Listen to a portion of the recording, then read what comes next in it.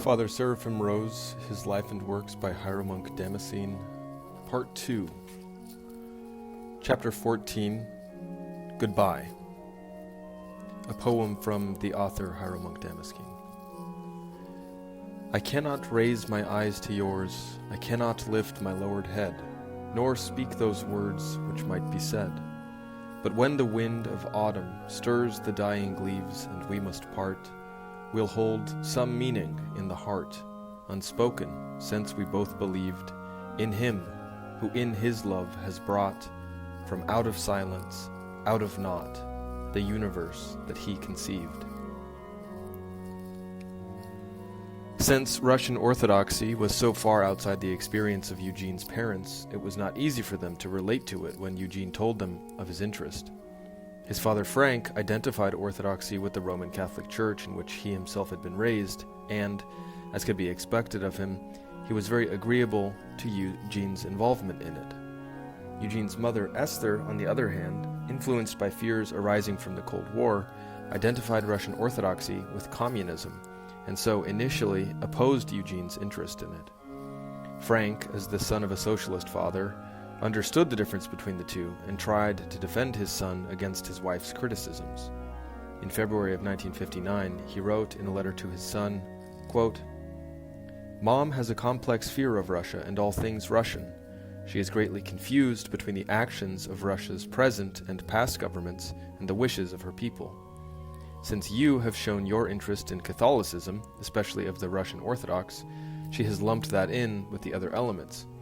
Having been raised in an atmosphere of socialism and under the influence of Karl Marx, who is the father of the present communist movement, it seems to me, and knowing that the greatest point in the Marx creed is that there is no religion with any sound basis or reason for existence, I know that the Russian Catholic Church and the communist movement must be deadly enemies. For that reason, I have never connected your liking for that church as having any connection with or inclination for the communist movement. I don't know just where Mom got the idea of a connection other than the general idea that the two are in Russia.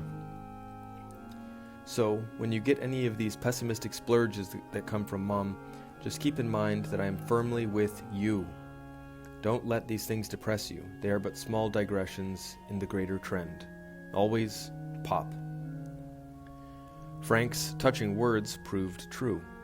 Esther eventually overcame her suspicions of Russian Orthodoxy, and although there were to be other such digressions, the greater trend was to prevail in the end. More important, however, was the effect that Frank's letter must have had on Eugene's soul. According to Frank's family members, Frank rarely, if ever, wrote letters to anyone. Clearly, he felt a pressing need to write to his son. It did not matter that he did not understand the difference between Roman Catholicism and Russian Orthodoxy. In his own simple way, he said what was crucial for Eugene to hear, that he encouraged him in his involvement in Orthodoxy. That, contrary to custom, he was willing to express disagreement with his wife over this, and, most significant of all, that he had unconditional love for his son. Perhaps this expression of unconditional love from his father helped Eugene to open himself up to the unconditional love of God. It was soon after receiving his father's letter that he wrote his first prayer, asking Christ for mercy. During his Christmas break from university work in 1959, Eugene went to visit his parents at their new home in the scenic coastal town of Carmel, where they had retired 2 years earlier. While there, he invited Allison to come and stay for 3 days. Eugene had kept in touch with Allison during his first years in San Francisco, but the letters he had written to her during those dark days had so depressed her that she had burned them. Now, having virtually given him up as a lost man, she was overjoyed to learn that he had ceased kicking against the pricks, for Acts 9:5, and had turned to Christ. Since becoming a Christian, he told her, he had been praying for her every day, but lately she had been asking him to confide in her more. On August 17th, she had written, quote, "You asked me once if you seemed distant, and you do. If you seemed distant, and you do. Why is it that you never talk about yourself? Is it perhaps that the coldness you once said you felt for people includes me? I pray for you also each day. I am grateful for your prayers. Do not say that they are feeble. I feel that you suffer, but you do not tell me." End quote. Allison arrived in Carmel on December 27th. Her memorable visit was marred only by her tense relationship with Esther. For some reason, Esther disliked Allison, and when Allison asked Eugene for an explanation, the latter only replied, "She's jealous." For her part, Allison resented what she saw as Esther's pressure on Eugene to become what she wanted him to be, a, quote, successful man of the world. "Why can't you be like your brother Franklin? He already owns his own gas station," Allison heard Esther ask her son. To this, Eugene replied simply, "He has more problems than I." With its dramatic rocky coasts and verdant forests swept by fresh sea breezes, Carmel was an ideal place for Eugene to take the long, meditative nature walks that he loved so much. He and Allison spent much time walking along the beach. He loved the Carmel coastline, Allison recalls, but he hated the Carmel lifestyle. Carmel had been a center for the avant-garde movement, for bohemians and beatniks such as Henry Miller, Jack Kerouac, and Gary Snyder. But more recently, it had been taken over by the retired nouveau riche, with their rows of trendy shops and restaurants. When Eugene and Allison returned in the evening from a long winter walk, they went into the Rose's warm living room. Eugene put Ich habe genug on the phonograph and sat down in meditation. His mother, suspecting that a romance might be developing, peeked in, but all she saw was the two of them sitting motionlessly, looking at the floor and listening to a piece of music on the theme of death. When the cantata was over, Allison turned off the phonograph, but said not a word, knowing Eugene did not like to speak at such times. Going to her room, she left him alone with the sound of the surf crashing against the Carmel coast and Bach's vivid reminder of the other world still ringing in his ears. Eugene said little to Allison about the past.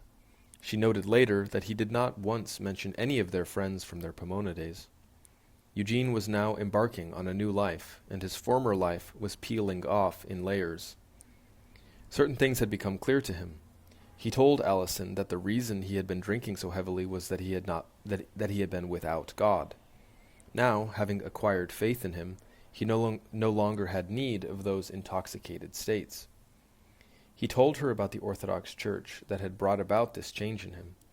At one point he exclaimed, "Orthodoxy is better than Bach." He asked to take her to an Orthodox liturgy on Sunday. She agreed, but said that she would also like to go to an Anglican Mass so that she could receive communion. Much of that Sunday was thus spent in church. They attended the Anglican service first, after which Eugene politely told Allison, "That wasn't so bad." The Orthodox liturgy they attended next was at the St. Seraphim Russian Church in the town of Seaside, about 5 miles away from his parents' home. Allison was impressed by the beauty of the service, but there was one problem. In this traditional Orthodox church, there were no pews, and her feet were becoming tired from standing a long time beside Eugene. Without so much as moving her head, she glanced at some benches pushed against the wall. Somehow fathoming her thoughts, Eugene told her in a low, serious voice, "Those are for the aged and the infirm." She remained standing. Afterward, she recalls, he took her out to lunch and made up for this. In general, she remembers him as having been very considerate of her feelings. At the Orthodox Church, Allison had noticed the people crossing themselves from right to left, the opposite of Roman Catholic and Anglican practice. "Why do you cross yourself backwards?" she asked Eugene. "Why do you?" he responded with a smile. Seeing Eugene's love for the Orthodox Church, Allison also noticed his hesitation to join it. He was always very slow to make decisions, Allison recalls. He knew that his joining the church would, or should, change everything in his life, and he did not want to take it lightly. It was not difficult for Eugene to attend Russian churches only as an observer. He was a foreigner in a church full of immigrants, many of whom knew very little English. At that time, there was no Orthodox convert movement in America and Western Europe as there is today. There were very few Western converts to Orthodoxy, and most of these were either intellectuals or people who had converted as a prerequisite to marriage to an Orthodox spouse. In the minds of many Russians in the churches Eugene attended, the idea of an American converting to Orthodoxy on his own was all but incomprehensible. Allison, on the other hand, did not hesitate to reprove Eugene for not making a commitment to the Orthodox Church. "You can't just go to church and never do anything about it," she told him. "You need to be baptized or confirmed as a member because you need the sacraments." Half a year later, in the summer of 1960, Eugene saw Allison again in Long Beach, where she had rented an inexpensive place from a crippled Hungarian immigrant and his daughter. Already she noticed a change in him. He was much more committed, thought of himself as being Orthodox, and knew it was only a matter of time before he fully entered the church. But he was still uncertain about his future. As Eugene later wrote to Allison, he had by this time renounced the sins and immorality of his dark years. Now he was considering the possibility of eventually getting married and having children. At their meeting in Long Beach, he brought up the subject of marriage to her and spoke about the possibility of their being married in the Orthodox Church. Quote, "He talked about perhaps becoming a priest someday," Allison recalls. "He said he wanted a wife and a family, but said he couldn't handle all the worldly things that go along with them, money, a job, a car, etc. He didn't think he could stay at a 9-to-5 job. He hated the academic world and felt that people there lived in a little world of their own, without seeing reality. He knew his limitations. He knew he wasn't meant for the world, but he didn't know what he was meant for." Allison told Eugene that if they were to be married, she would get a job and support him. He said he would never agree to that, she recalls. To him, it was not honorable. As he had at Pomona, Eugene opened his soul to Allison, expressing his most private fears and concerns. Looking back, years later, on Eugene's week-long visit to Long Beach, Allison concluded, "Although he talked at length about marriage and all that it would involve, he knew deep down that he was not going to get married, but he cared for me and wanted me to know that." She believes he sensed even then that he would be seeing her for the last time. He was very sad, especially when parting, and indeed, even though he was to continue writing her, he was never to see her again on this earth. Chapter 15. Truth or Fashion? In the modern academic world, you cannot deeply love anything, for this is not considered objective. The principle is this: first, you kill the subject, then you dissect it. You must take out its soul before you can objectively study it, decide what it is. Once this is done, you can't bring it back to life. You have acquired knowledge of it, yes, but it lies dead and dissected before you. Eugene Rose. Having, on becoming a Christian, thrown off the transvaluation of values of the counterculture, Eugene became extremely conservative. In appearance, he was very much the distinguished young gentleman. He was most often seen wearing a corduroy jacket, a white shirt, and black slacks, and was never without a tie in public. In San Francisco's cool, windy, and damp climate, he liked to walk with a black umbrella. While working toward his master's degree at Cal, Eugene supported himself by teaching undergraduate courses in the Oriental Languages department. One of the undergraduates, Russell Mayeth, recalls, "Mr. Rose, as he was generally known, was a very reserved person, or perhaps he simply didn't suffer fools gladly, or, possibly, was simply very shy. At any rate, he was considerably senior to me, and except in the East Asiatic Library, our paths rarely crossed. One thing always impressed me about him. In his quiet way, he always seemed to have had something of great importance to say, and I have always regretted that I was never fortunate enough to hear him say it." End quote. There is no indication that Eugene saw a conflict between his personal involvement in Russian Orthodoxy and his continued study of Chinese language, philosophy, and culture. He never lost his respect for the Chinese tradition, and at one point even speculated on what would have happened if this refined culture, already imbued with many, quote, Christian values, had embraced Orthodox Christianity rather than Buddhism in the early centuries of the Christian era. Lao Tzu, he believed, would have followed Jesus Christ if he had known him, for he would have seen in him the Tao, or way of heaven. "I was thinking that if I ever got my doctor's degree in Chinese literature," Eugene recalled in later years, "I was going to write a paper comparing the Byzantine emperor with the Chinese emperor. There are many similarities. In both Byzantine and Chinese society, the emperor is to be the guardian of orthodoxy." End quote. While Eugene was still studying and teaching at Berkeley, Guiming Xian returned to San Francisco, where he remained for a few years, again supporting himself as a private tutor. Eugene kept in contact with him during these years and continued to assist him in translating his works in English. Although Guiming Xian remained, as Eugene put it, his only real contact with the Chinese tradition, at Berkeley, Eugene came under the influence of a brilliant Chinese philologist who happened to be a Russian, Professor Peter Alexeyevich Budberg. Born in Vladivostok in 1903, Budberg was a cadet in a military school in St. Petersburg during World War I.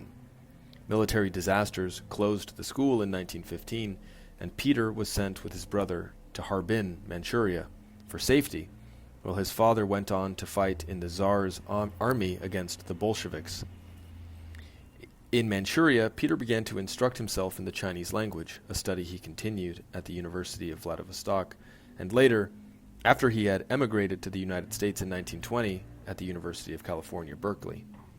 Eugene, upon embracing Russian Orthodoxy, came to appreciate Professor Budberg much more than he had before, not only because Budberg was Russian, but also because he was a true gentleman who represented traditional Old World values. Descended from an ancient line of Estonian nobility, Budberg bore the title of Baron.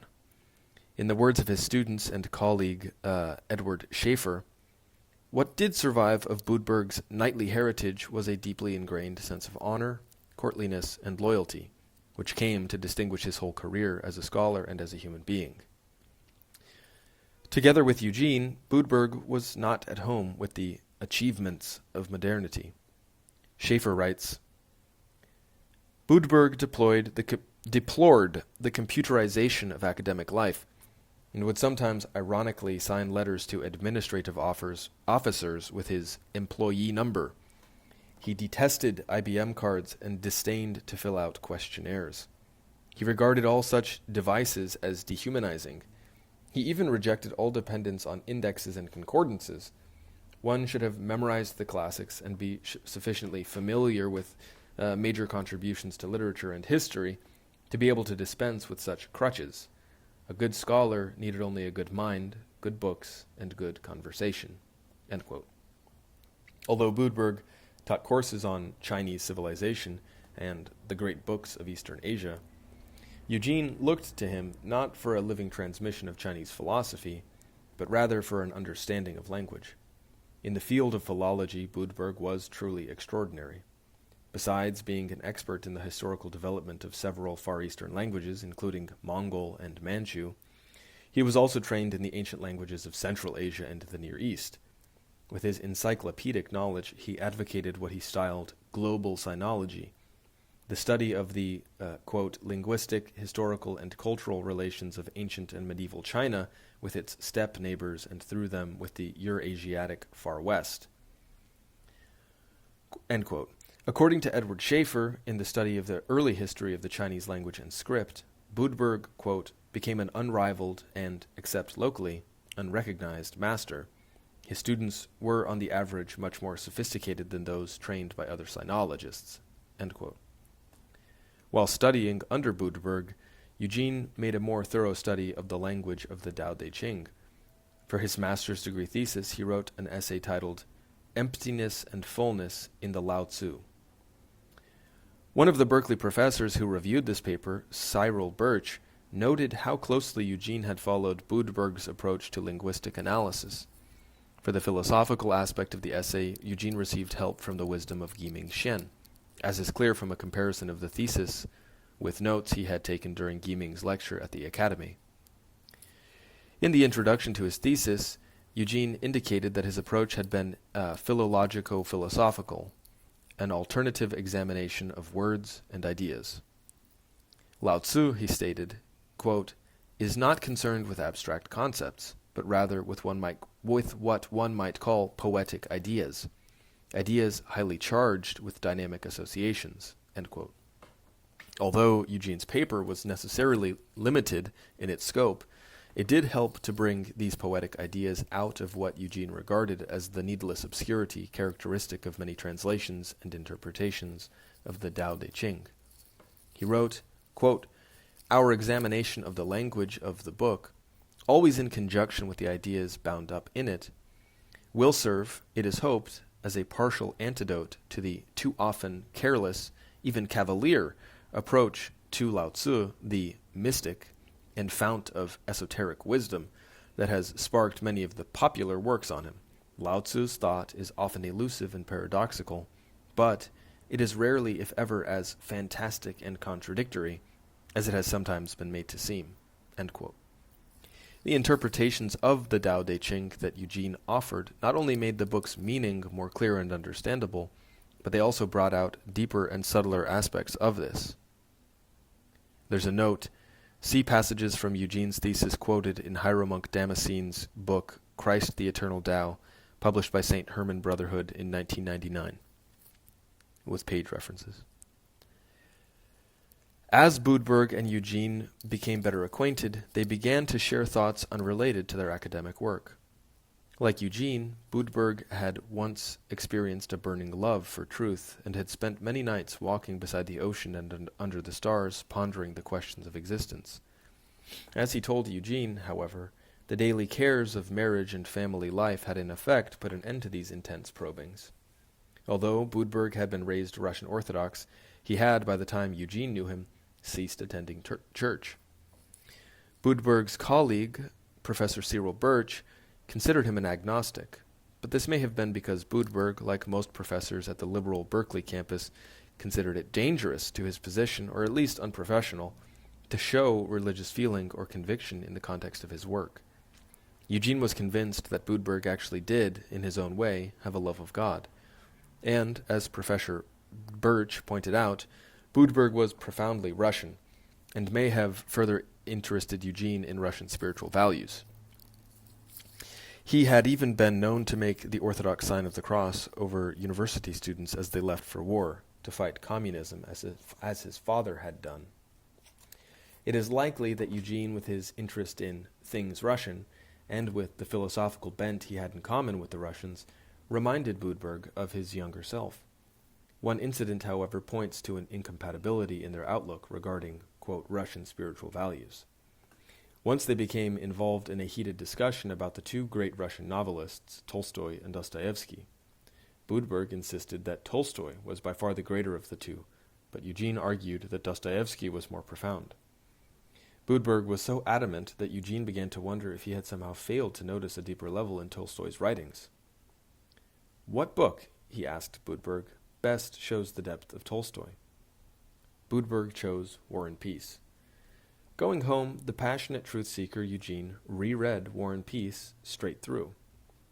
Within a few days, Budberg heard a knock on his door. There stood Eugene, War and Peace in his hands. "You're wrong," he said. "Dostoevsky is much deeper." Many years later, Eugene was to recount this incident while giving a lecture on Dostoevsky. He was speaking of how Rodion Raskolnikov, the main character in Dostoevsky's Crime and Punishment, exemplified the opposition between Orthodox Christianity and Western ideas in Russia, and how the former prevailed in Raskolnikov when he publicly confessed his crime. For Eugene, Professor Budberg was a first-hand example of the same Russian cross-currents. "I had a professor once," he said, "who was a Baltic baron.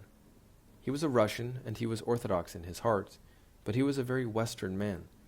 He overlaid his Orthodox heart with Western sophistication and scholarship, and he married a woman who encouraged that, who wanted to make him famous in the academic world and important in the eyes of people." The quote continues, "I was eating dinner with him one day, and we were discussing Dostoevsky and Tolstoy. He told me that Dostoevsky was all right, but that Tolstoy was a universal human artist and was deeper. I had to go back and read War and Peace again to see what he meant, and I found out what he meant. Tolstoy describes all the different layers of society very calmly and objectively, but he does not have the heart that Dostoevsky has. When it comes to religion, he mocks it. He doesn't understand at all the motives of religious people, who for him are just some other segment of people. For him, the religion of the Russian people is part of the human comedy, which he stands above. Dostoevsky, on the other hand, went into it with all his heart. He does not describe accurately all the different layers of society, but he describes the Christian element in whatever he discusses. Therefore, in this sense, you can say that Tolstoy is the great humanist, but Dostoevsky is the Christian who goes deep. Interestingly, this very professor who said that Tolstoy was greater also told me, quote, "I can understand how you are infatuated with Dostoevsky, because I too sometimes think that I should go down in the middle of Shattuck Avenue in Berkeley and get on my knees and confess my sins to everybody." At this, his wife said, "Oh, Petya, if you want to do that, go ahead." It was obvious that she was mocking, but I could see that he meant it, that there was something of Dostoevsky inside of him, and that it was covered all over. This illustrates the conflict between the Christian wisdom which is in Russia, which went very deeply into Russia for a whole 1,000 years, and the ideas that came from the West. This is a very real conflict even today." End quote. In giving Eugene individual instruction, Budberg discovered how deftly his students could grasp the subtleties of linguistic interpretation and how readily he could learn both ancient and modern languages. This ability, together with his philosophical inclinations, made Eugene the student whom Budberg had hoped to make his protégé. There is also reason to believe that his hopes, or at least those of his wife, did not end there, for the Budbergs had an eligible daughter with whom they wanted Eugene to become acquainted. Eugene would be invited to the Budberg home for dinner. After a lively discussion with Professor Budberg, he would be asked into the living room, where the daughter would be playing classical music on the piano. There were several factors which prevented Budberg's wishes for Eugene's career from being realized. One of them was discerned by Budberg's wife, who once counseled Eugene, "Stay away from those Russians." She herself, a Russian, could see that Eugene's interest in Orthodox Christianity was beginning to eclipse all other concerns. But the most compelling reason why Eugene could not follow in his teacher's footsteps was his disillusionment with the modern academic world. Already teaching undergraduate courses in the Chinese department, Eugene saw before him the promise of a distinguished academic career, but he was seriously doubting if he could continue on this course. Most of what he saw of modern scholarship proceeded not from a love of truth, but from academic fashions. His introduction to Orthodox Christianity had made eternal truth tangible to him, and the more he grasped it, the more intolerable became the blatant lack of it in modern academics. A year after his graduation from Cal, he wrote, with harshness resulting from bitter experience, these words of criticism, quote, "Youth that, until it is re-educated in the academic environment, still thirsts after truth, is taught, instead of truth, the history of ideas, or its interest is diverted into comparative studies, and the all-pervading relativism and skepticism inculcated in these studies is sufficient to kill in almost all the natural thirst for truth." The academic world, and these words are neither lightly nor easily spoken, has become today in large part a source of corruption. It is corrupting to hear or read the words of men who do not believe in truth. It is yet more corrupting to receive, in place of truth, mere learning and scholarship, which, if they are presented as ends in themselves, are no more than parodies of the truth they were meant to serve, no more than a facade behind which there is no substance. It is, tragically, corrupting even to be exposed to the primary virtue still left in the academic world, the integrity of the best of its representatives, if this integrity serves, not the truth, but skeptical scholarship, and so seduces men all the more effectively to the gospel of subjectivism and unbelief this scholarship conceals. It is corrupting, finally, simply to live and work in an atmosphere totally permeated by a false conception of truth, wherein Christian capital T truth is seen as irrelevant to the central academic concerns, wherein even those who still believe in this truth can only sporadically make their voices heard above the skepticism promoted by the academic system. The evil, of course, lies primarily in the system itself, which is founded upon untruth, and only incidentally in the many professors whom this system permits and encourages to preach it." End quote. Professor Budberg himself shared some of these criticisms, though to a much lesser degree. During the last part of his life, he became pessimistic about the future of Chinese linguistics. His hopes of revolutionizing his field and raising its standards were shattered by the realities of contemporary academics. Work in his field was the puppet of opportunism. Each model of inquiry was destined to be challenged and undermined by a new trend, by which scholars made names for themselves.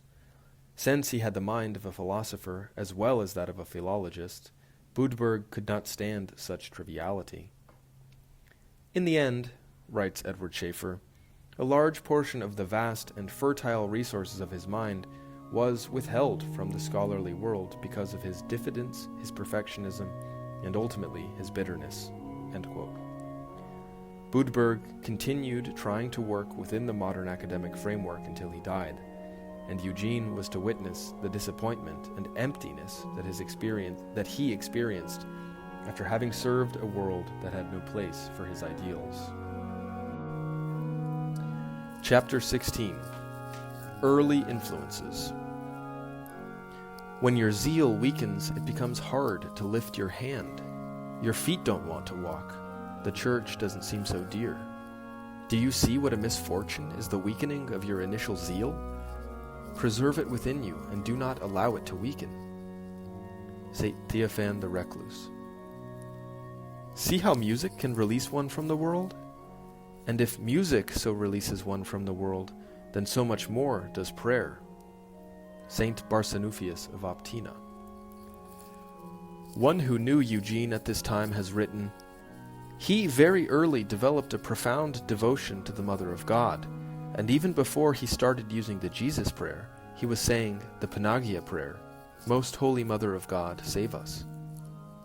Eugene now took it upon himself to learn Russian without personal instruction, which was relatively easy for him due to his linguistic training and talent. Attending services at the Russian cathedral, however, was not always so easy for him at this stage. As he later confessed, for a time he feared that he would become just a routine churchgoer. On Sunday mornings he would fill himself with Bach's Mass in B minor in his apartment, and then, with it still ringing in his ears, would go immediately to the Orthodox liturgy. This was his way of keeping alive his initial flame of zeal, the inspiration that had first brought him to Christ. Eugene understood that what he beheld in Orthodox tradition, the worship, the spiritual teachings, provided direct access to divinity. He could see, as so few can, the Church for what she actually is, the presence of heaven on earth. But he feared that in growing accustomed to it, he would lose it. His study of Guénon and the esoteric dimensions of Eastern religions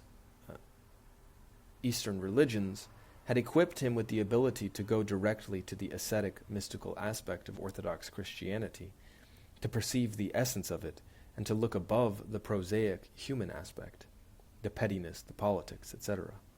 He did not want to expose himself to worldliness in church circles, to be compelled to view the church as another institution of the world. While this was a valid concern on Eugene's part, it also created a problem.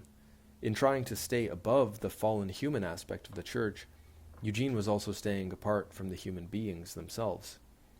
This problem was aggravated by the fact, mentioned earlier, that, as a foreigner, he was already set apart from the Russian churchgoers. There was still a part of him in need of spiritual healing, and this healing could only occur through the agency of other people in the church. After his conversion, Eugene continued to listen to classical music, using it as a means of refining and elevating his soul. "From music," he said, paraphrasing Confucius, "you can tell what the people are thinking. Listen to their music and you can tell whether they are corrupt people or virtuous people." Although Eugene acknowledged no greater classical composer than Bach, his personal favorite was actually Handel. There is a measured, flowing dignity in Handel's music that brings one to a state of inward tranquility and order. This was what appealed so highly to Eugene's soul, what Confucius meant by the music of virtuous people. According to a friend from this period, Eugene's favorite operas were mostly the earlier ones, especially those of Monteverdi and Handel. These Handel operas are quite obscure and rarely performed. Purcell's Dido and Aeneas was also a great favorite, as was Gluck's Orpheus. He had also a recording of Rameau's Les Indes Galantes. He was fond of all Mozart's operas, especially Don Giovanni and the Magic Flute, although when he learned that the latter had Masonic overtones, he would never listen to it again. Beethoven's Fidelio was a great favorite, as, of course, was Mussorgsky's Boris Godunov. Among more modern operas, his taste ran chiefly into Puccini, especially Turandot and Tosca. He loved all Baroque chamber music, as well as Mozart's and Beethoven's chamber works, especially Beethoven's famous quartets." End quote. Eugene was musically talented himself. Besides furthering his training on the piano while in college, he learned to play classical guitar. He studied the history of music, and, as his analytical mind was inclined to such things, he did research into music theory. His taste in poetry was similar to that in music. Of English poets, he liked best the court bards of the classical period, his favorite being Alexander Pope. Crystallizing lofty philosophical thoughts in poetic form, according to perfect measure, Pope was a contemporary and literary counterpart of the German-born English composer Handel. Of 20th century novelists, the only one for whom Eugene seemed to have a marked interest was the German writer Thomas Mann, although Mann did not provide Eugene with any real answers to the problems of the modern age. He was, as Eugene said, very aware of the currents of modern thought. Eugene was intrigued with how Mann, having witnessed the advent of motion pictures, had commented on their abnormality from a natural human point of view, and with how he, although a humanist, had made an investigation of spiritualism and had become convinced that there was some real power at work behind the various phenomena it produced. Of Mann's books, Eugene's favorite was The Magic Mountain, in which he saw an allegory of the sickness of Western European civilization, and next to this he placed Dr. Faustus, the story of a modern composer who sells his soul to the devil in order to create the ultimate piece of music.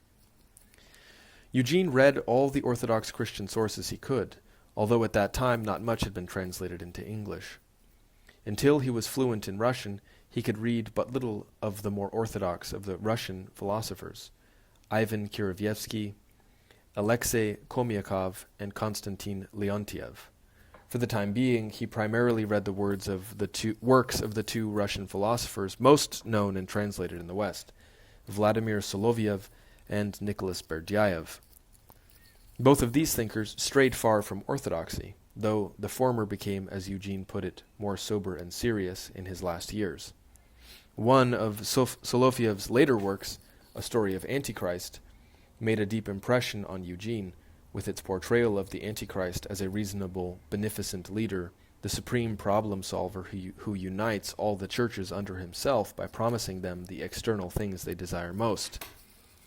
To the false unity of church organizations under the Antichrist, Soloviev contrasted the spiritual unity of the catacomb Christians of the last days. Eugene respected Berdyaev for his penetration into historical and social currents, but he thoroughly disagreed with Berdyaev's vision of an earthly new age of the Holy Spirit, wherein the church would even sanctify communism. Martin Buber, the Jewish thinker whose works Eugene admired, had similar hopes for this world, but Eugene found this error easier to understand than that of Berdyaev. As Eugene explained, this was because only to the Christian is the truth fully revealed. The Jew still harks back to the old order, the time when the world was, or seemed to be, still whole. But after the coming of Christ, the imminent end of this world is obvious. The new time, inaugurated by Christ, can have its fulfillment only outside of time." End quote. In reading the works of some traditional Roman Catholic thinkers, Eugene said he found them quite helpful and not, after all, too distant from the Orthodox perspective. These included Joseph Piper, Etienne Gilson, P. Henri de Lubac, and of course Max Picard. He regarded Piper's work, The End of Time, which was based almost entirely on Western sources, as being in no essential point at variance with Orthodox tradition. To the writings of the conservative Roman Catholic writer Jacques Maritain, however, he had a mixed reaction. On reading Maritain's Science and Wisdom, he agreed with the author that science must have its proper place in the hierarchy of knowledge, but he was disturbed by Maritain's praise of modern scientific development and his wish to, quote, reconcile science and wisdom in a vital spiritual harmony. Eugene was very moved by Thomas Merton's Seven-Story Mountain, which demonstrated to him that a modern man like himself could indeed pursue a calling to renounce this world and live for another. His positive impression of this, Merton's first published book, only increased his disappointment at what Merton later became, as we shall see. Chapter 17. This World Must End. Philosophers are as children until they become mature in Christ. Clement of Alexandria. The process of Eugene's conversion was one of deepening, of filling up a spiritual void. The fullness of his soul necessitated an outpouring in one form or another, and writing was the most obvious outlet. While teaching and studying at the Berkeley University, he began to write down his reflections as a Christian living and suffering in the modern world. These earliest writings, completely unrelated to his academic work, were an act of love, a giving back to God. In his writing, Eugene wanted to do more than confirm his newfound faith. His conversion was not only a finding of truth, but also an emerging out of untruth. He came from a society built upon apostasy, the historical stepping away from the revelation of Christ the God-man. As a result of this apostasy, he saw everywhere signs of the deterioration of culture, of humanity reverting to a kind of subhumanity, of noble values being replaced by crude materialistic ones.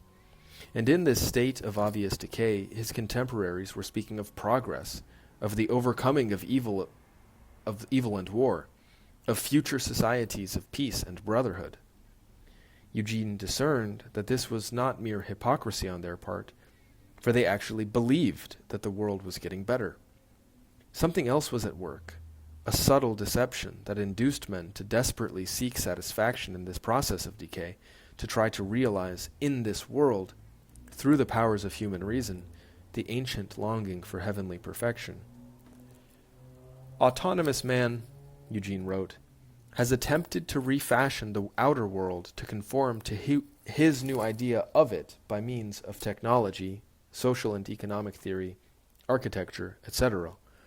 All these means tend toward a utopian extreme of control, both to confirm man in his idea of lordship, for he is inwardly insecure about this, and as a necessity of autonomous reason.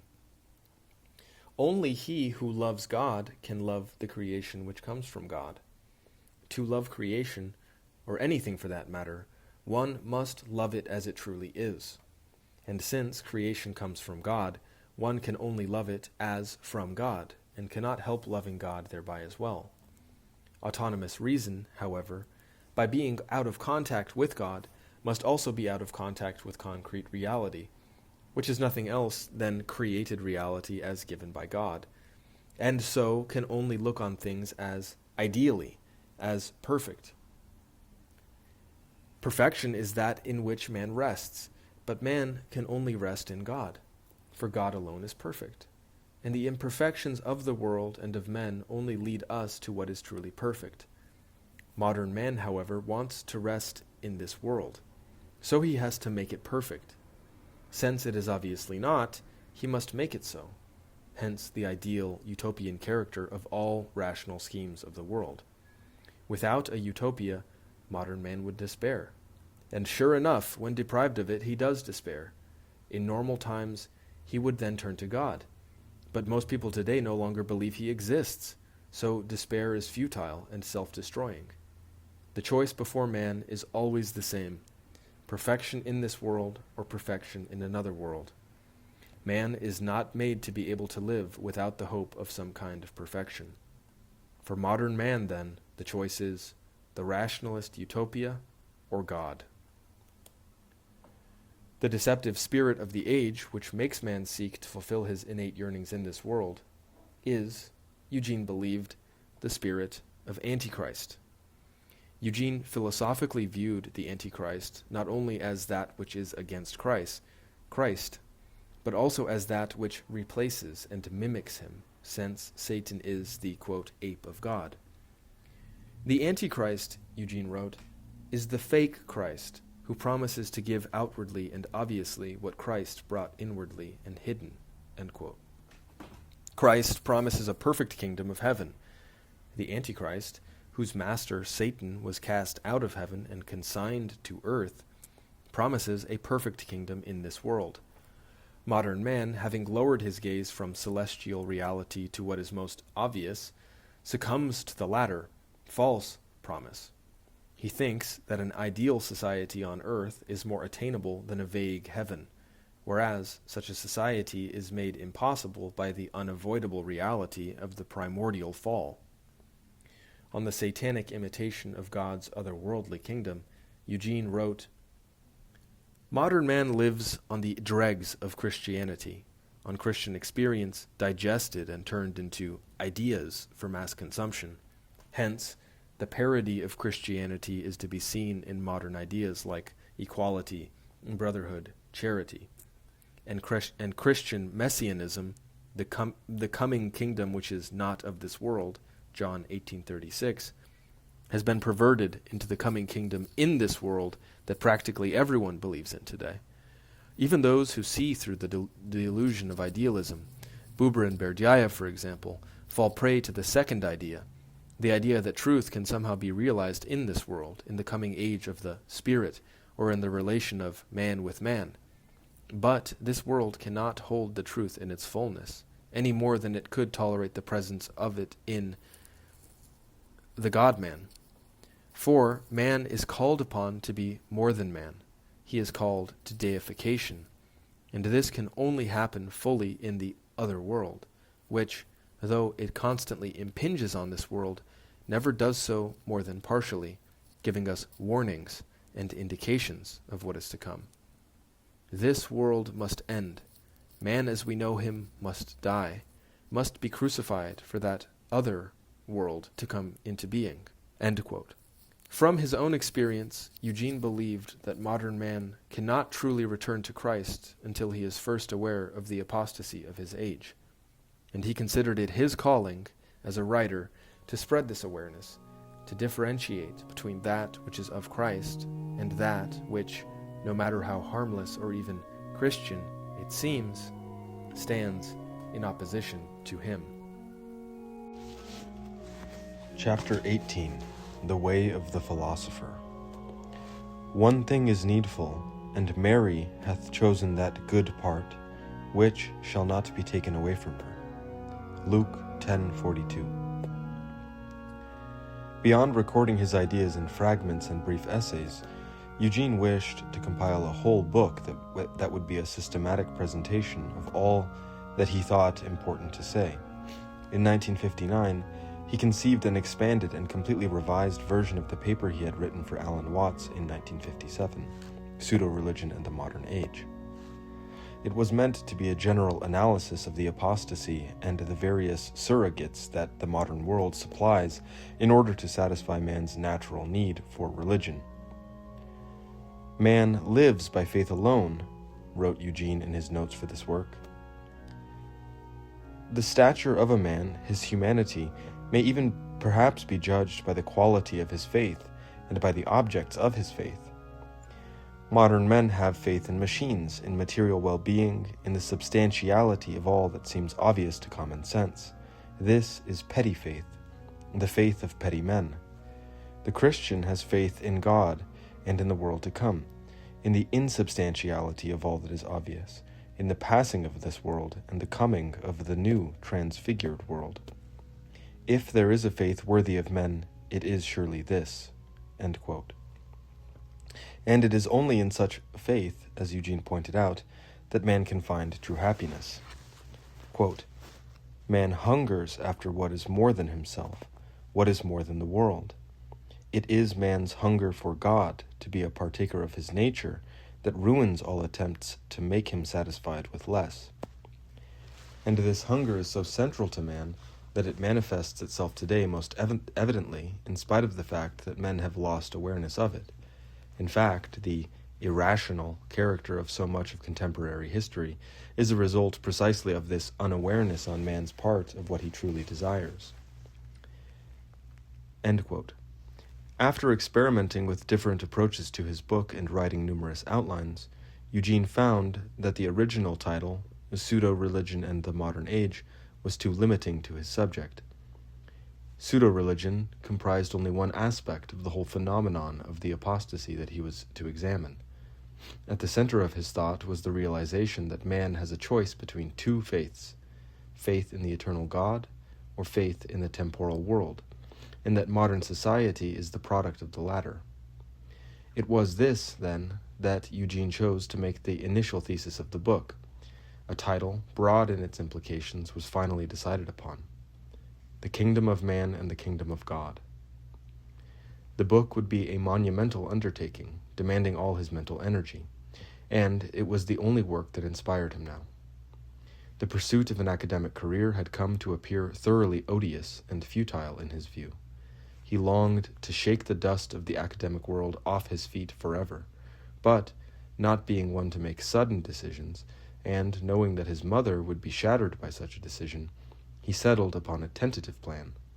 He would leave the academic world for a year in order to write his book, and at the end of that year make a decision as to whether to go back. On June 14th, 1961, within a week after turning in his master's thesis, he wrote the following letter to his parents with the aim of explaining the reasons for his plan. Liebe Eltern, a hot day, too much like the summer for San Francisco.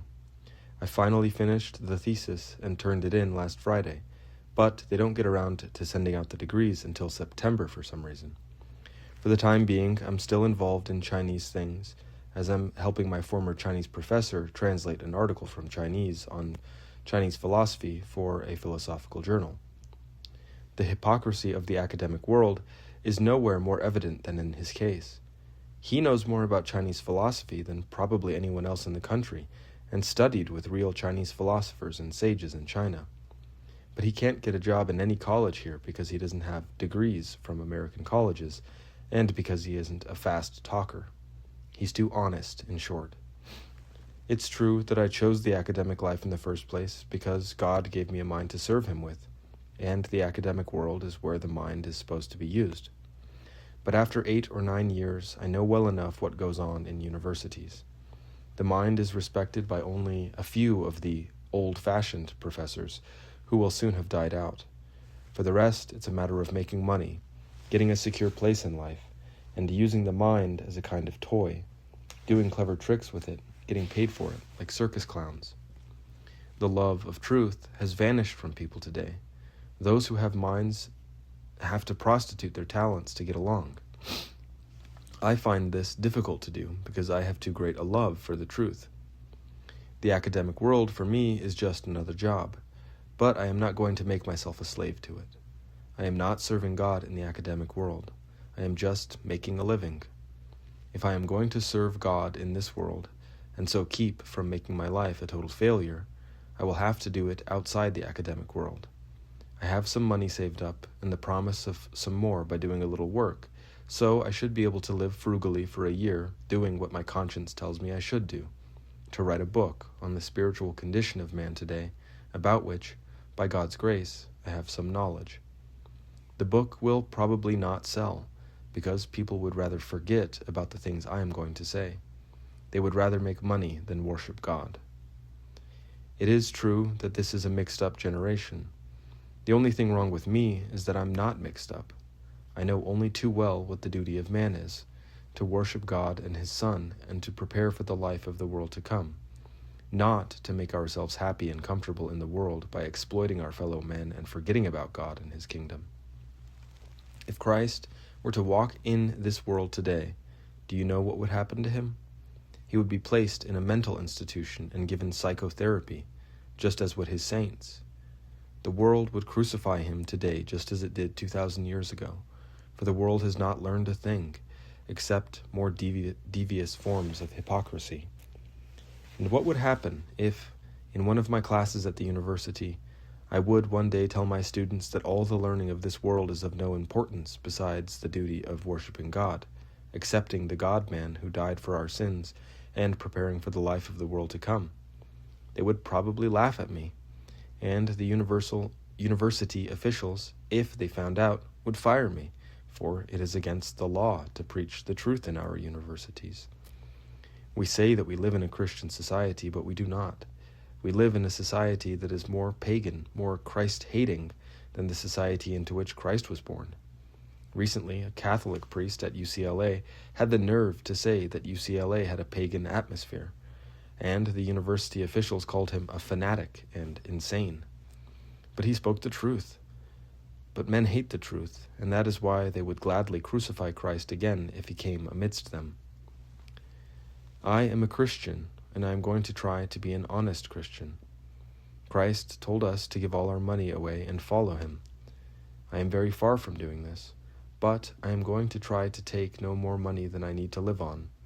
If I can earn this by working a year or two at a time in university, all right. But the rest of my time I am going to try to serve God with the talents he has given me. This year I have the chance to do this, so I shall do it. My professor, Budberg, being a Russian, and the love of God seems to be more deeply embedded in the Russians than in other peoples, has not tried to talk me out of leaving the academic world for a year. He knows too well that the love of truth, the love of God, is infinitely more important than the love of security, of money, of fame. I can only follow my conscience. I cannot be false to myself, and I know that I am doing right. If what I do seems foolish in the eyes of the world, I can only answer with the words of St. Paul. All the wisdom of this world is but folly in the eyes of God. This is something we forget too easily. But I must get back to my Chinese translation. My regards to Eileen. Liebe, Eugene. Eugene's mother, on hearing that her son planned to take a leave from his teaching post and earn only what he needed to live on, was horrified. She had been so proud of his scholarships, the Phi Beta Kappa membership, etc., but now, she wondered, what would it all come to? It seemed that he in whom she had put so much hope was destined never to follow in the footsteps of his wealthy brother Franklin, but rather in those of his father, the janitor. It was too early for her to see that Eugene was called to a special path, and that it was only by abandoning the ordinary paths that he could pursue it. Eugene had become one of the, quote, angry young men of his generation. Note, Angry Young Men was a name originally given to a group of young English writers in the 1950s who were challenging post-war social values and conventions. End quote. But there was a difference. While the typical angry young man, steeped in modern culture, was calling for a new order, Eugene, steeped in ancient culture, was harking back to the old order, when dignity and meaning were still present in the mind of the times. At the university, one of the things that Eugene found especially unnerving was to hear scholars say, "Take this idea and play around with it, see what you come up with." At one point, an essay came out in his field, a comparative study of ancient Chinese toilet seats, which was generally hailed as a brilliant work of great significance. Since Eugene could not imagine himself studying ancient Chinese culture except for the sake of the truth, the fact that others could derive such inspiration from something so mundane again told him that he was in the wrong place. He later cited the acclaim accorded to this paper as one of the last straws that convinced him to leave the academic world. Eugene would instead follow the way of the true philosopher and would suffer all the hardships that this entailed. At the end of 1960, he wrote in his journal, quote, "To be a philosopher, not a professional or academic philosopher, but a man for whom to live is to think. All this means to suffer greatly. Philosophy, as a matter of life or death, this is the path of the true philosopher. He must be so attached to thinking that he will abandon it for nothing less, and he should be sufficiently unattached to it not to make of it an idol between him and truth, which is not ultimately arrived at by a process of thought.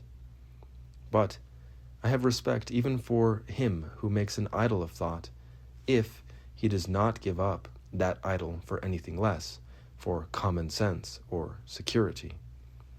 There is great integrity in someone like Nietzsche, who thought himself to death, but little in Hume, who, in the end, could not believe that thought was really important. But the greatest philosopher is he who thinks himself out to the end, and finally accepts that which is beyond thought. But to go this far is to be more than a philosopher. It is to be fully human. But to return to the starting point, to think is to suffer. An idea, if it is one's own, is not merely thought out. It is brought to birth through experience and suffering." End quote. For some time after leaving the university, Eugene remained in contact with Professor Budberg and continued to have dinner at his house occasionally. Guiming Shen, however, moved away suddenly from San Francisco.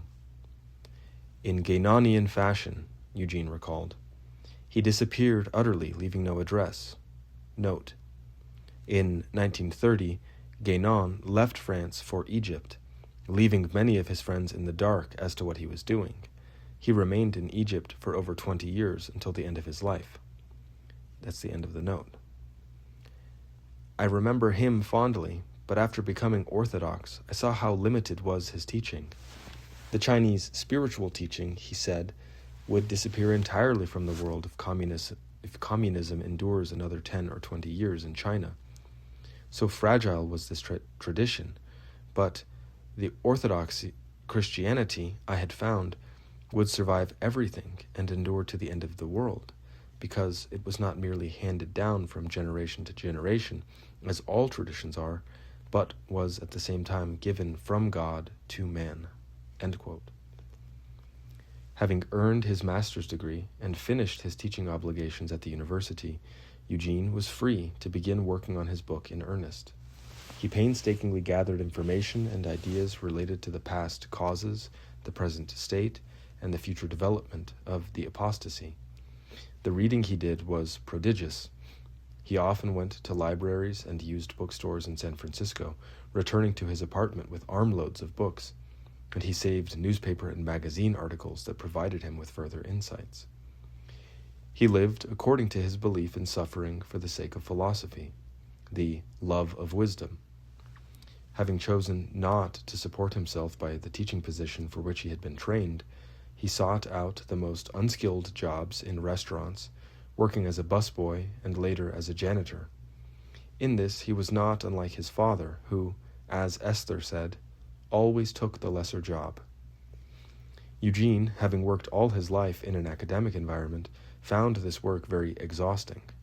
Quote, "I understand somewhat better the plight of the work-drugged proletariat," he wrote. But he chose such jobs for a reason. He wanted work that would require no mental strain, so that it would not interfere with the careful thought that his book required. As he wrote to his parents, Eugene had little hope that his book would sell. He had made this sacrifice only out of the love for truth. "Let us," he wrote in a journal entry, "throw over all who want to know the truth, because if there is any motive for seeking the truth outside of a deep personal hunger for it, if we wish to use it for anything, if we love it not only and purely for its own sake, then we are not lovers of truth, and we shall not find it, and it shall not make us free."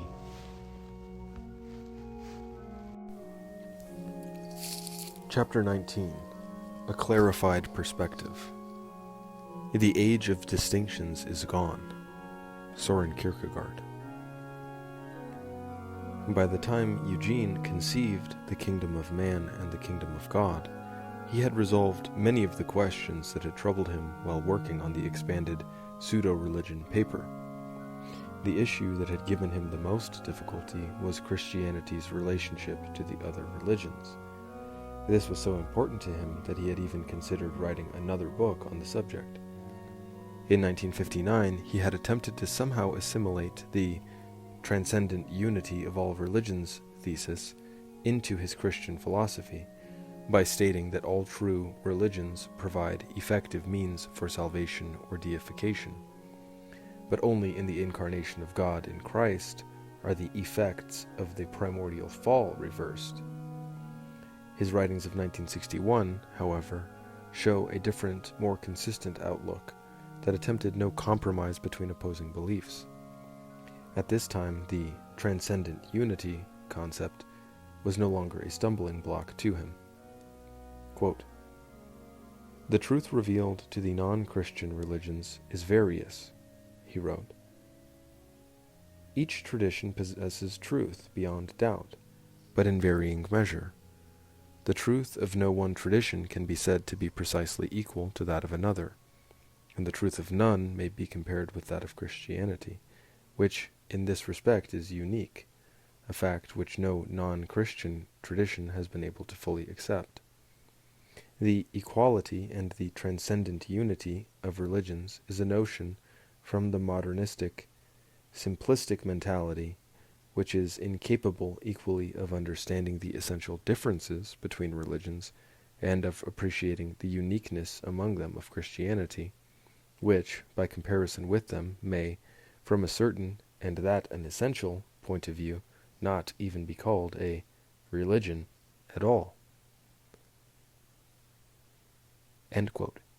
In rereading a few essays of Ananda Coomaraswamy, an adherent of the transcendent unity concept who had once influenced him, Eugene commented, quote, "How remote does this advocate of mutual understanding and tolerance between East and West, of world citizenship, of the philosophia perennis et universalis, at the heart of all religions, how remote does he sound to me now? And all the more remote is he for the fact that at least a part of what he desired may after all happen. The advent of the universal scholar, at home in the several provinces of comparative religion, with genuine insights into many of the common elements of all religions.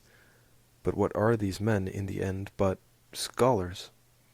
Christ does not require understanding of us, either for our salvation or even for the restoration of order among men. Great understanding, perhaps, is even a sign of the end of worldly order. For all the wisdom of Coomaraswamy, Guénon, and the lesser wise men of today, we seem near an even greater collapse. Christ requires us not to understand, but to suffer, die, and arise to life in him. Christ is unquestionably the spiritual foundation of Western civilization, yet he spoke not a single word of comparative religion. For all the understanding of the modern wise men, then, their vision is perhaps not so keen as that of the unsophisticated, naive Christians they deplore, who, in being blind to the wisdom contained in other religions, yet hold fast to the divine folly of Christianity, which, in no very understandable way, is yet wiser than all these." End quote. Eugene, then, did not deny the truth contained in non-Christian religions. He only indicated its incompleteness. He took a similar approach when comparing Orthodoxy to Roman Catholicism.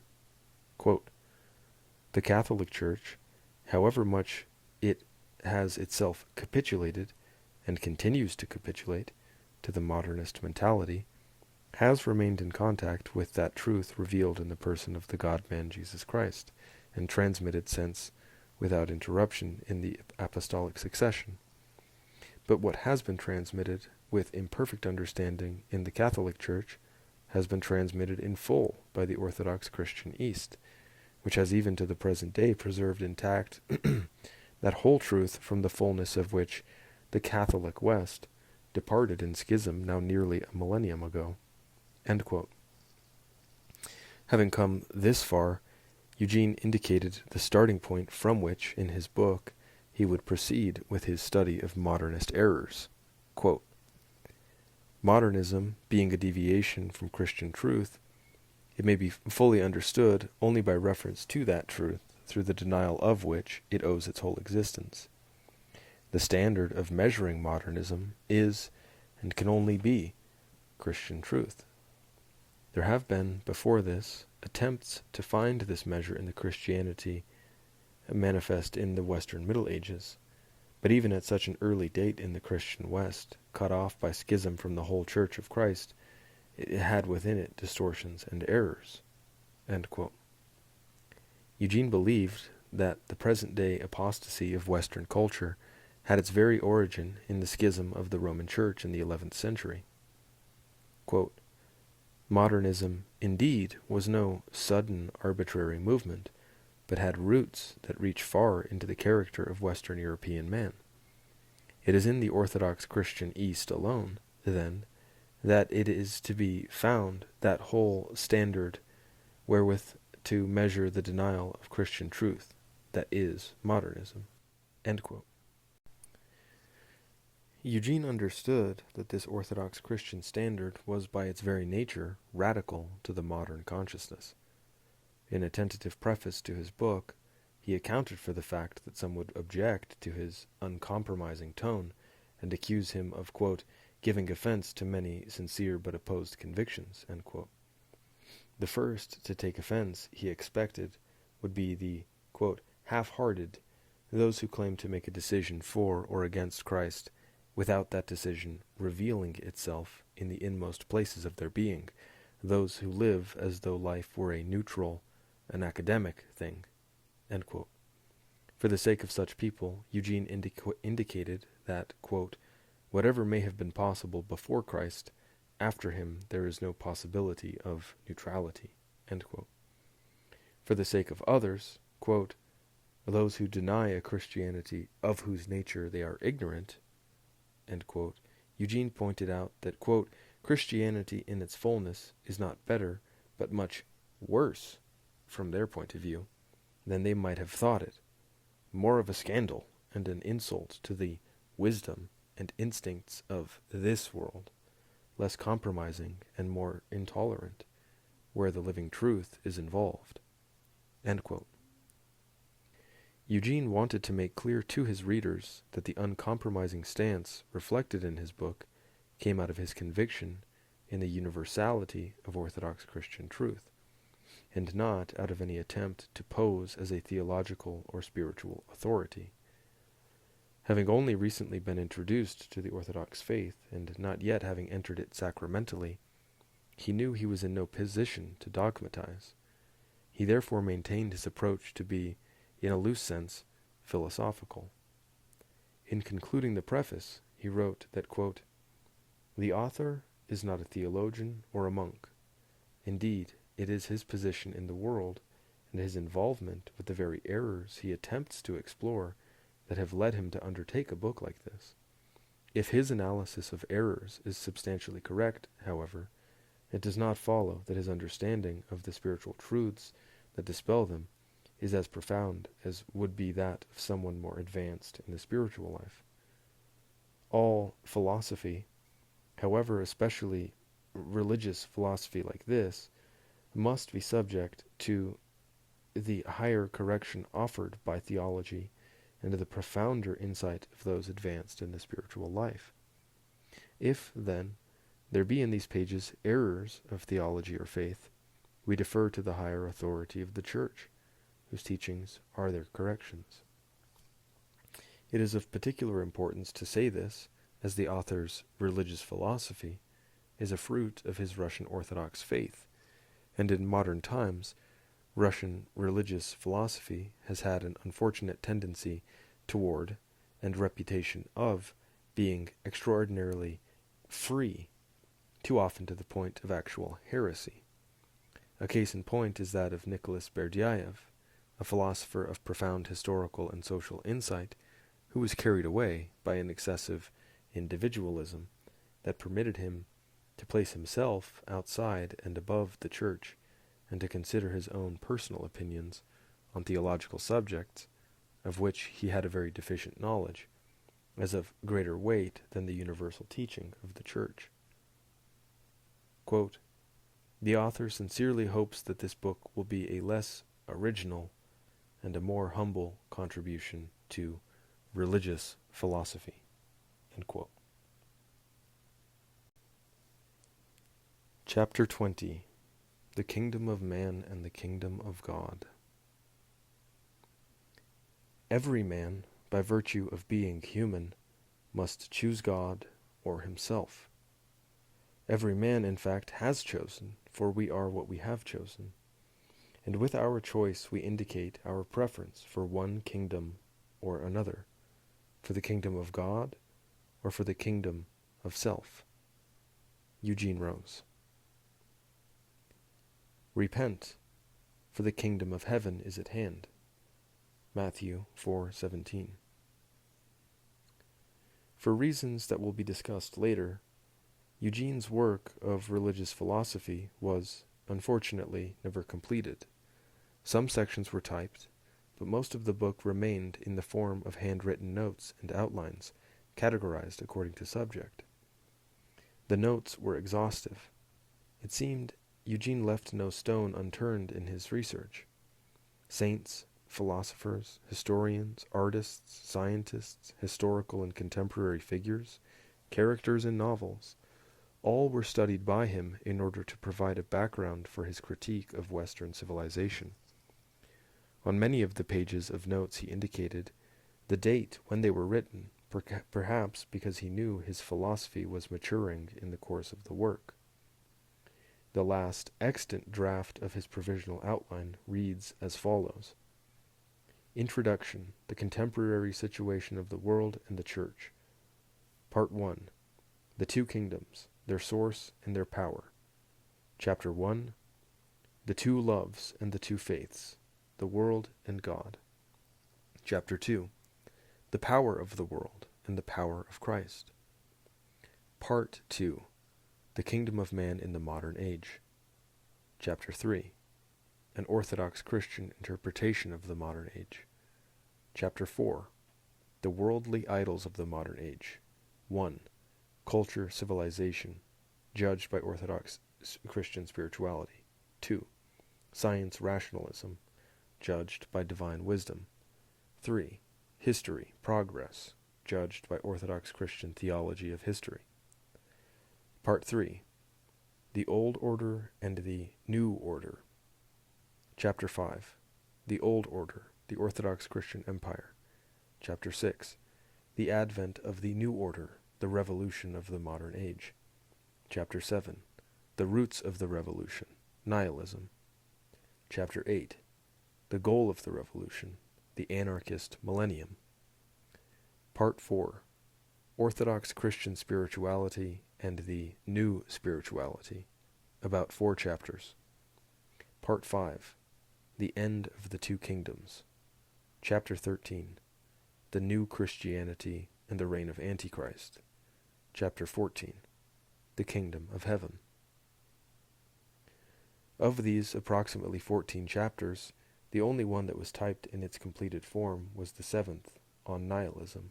Note: published posthumously as a separate book, Nihilism, the Root of the Revolution of the Modern Age, published by the Father Seraphim Rose Foundation in 1994 by the St. Herman Brotherhood. This book has now been published in Russian, Serbian, Romanian, Bulgarian, Latvian, and Italian. Okay, back to the text. This chapter alone comprises over 100 pages, which gives an idea of the magnitude of Eugene's proposed book. In studying the thousands of pages of material compiled for Eugene's book, one finds that the preponderance of it is devoted to refutation and relatively little to affirmation. Its one-sidedness bespeaks Eugene's own state at the time, when he was more capable of writing authoritatively on the realm of evil in which he had suffered for years, than on the sphere of holiness of which he had as yet only scratched the surface. This one-sidedness makes Eugene's early thought no less true, but rather points to the need for the other side to be developed more fully later on, which in fact it was. The thoroughness of his critique in The Kingdom of Man and the Kingdom of God was a sign of his attempt to make a thorough break with the apostasy of Western culture, and it was from this point of departure that he was later able to take up the path of restoring the abandoned spiritual heritage of the West. For part 1 of the book, Eugene wrote by way of introduction, quote, "The two kingdoms have been built on two faiths, the kingdom of God upon the faith of Christ, and the kingdom of man upon the faith in the world." End quote. The latter faith, he stated, is based ostensibly on its, quote, obviousness and, quote, necessity, but at a deeper level it stems from man's desire. Quote, "The fact is that the worldly man does not desire any other world, for the other world introduces a depth and a complexity of existence that men quite naturally, in their fallen state, do not wish to face. The other world disturbs all worldly peace of mind and distracts men from the obvious and simple duty of getting along in the world." In this first part, Eugene went on to say that, although the Christian may seem to be an escapist, it is he, rather than the worldly man, who is the true realist, since it is he alone who can face existence as it is. Quote, "The pain and suffering and death inseparable from all life are, theoretically, accepted by the worldly, though in actual fact they do all in their power to abolish or at least mitigate them, and to forget them, by looking on the positive side of things. The Christian accepts them, and indeed welcomes them, for he knows that without such trials there is no progress in the spiritual life. The world must be faced, but in Christ we know a power that ennobles us to face and overcome the world." End quote. The second part, called The Kingdom of Man in the Modern Age, was to include an Orthodox Christian interpretation of the modernist mentality. One of the laws of this mentality that Eugene planned to discuss was that of simplification, which accounted for the modern naivete regarding things spiritual. By investigating, according to modern scientific faith in the obvious, only the physical manifestations of the spiritual world, quote, phenomena, man threatens to usher in what Eugene called the, quote, age of magic. This was an idea introduced in Solovyev's short story of Antichrist, in which a future technology was mysteriously combined with seemingly magical phenomena. Quote, "The omnivorousness of man," wrote Eugene, "born of his need to find something to replace Christ, this attitude that underlies both his mania for experimentation and his celebrated tolerance, which is quite limited actually, can only come to a natural end in magic, moral perversion, occultism, which might be defined as the ultimate in experimentation." End quote. In discussing the nature of modernism, Eugene also wished to judge, according to Orthodox Christian teaching, 3 worldly idols of the modern age. The first he called the cult of civilization. Having outlined several aspects of this idol, he indicated how Christians can succumb to it by making their service to humanity an end in itself, and he contrasted this with the reflections on the nature of true Christian charity. A Christian responds to an immediate human need out of love in the name of Christ. But when he begins to think, quote, "If it is good to feed one hungry man, it is much better to feed 1,000. One is but a drop in the bucket." End quote. Then he begins to make of Christianity a system, to reduce it to an ideology.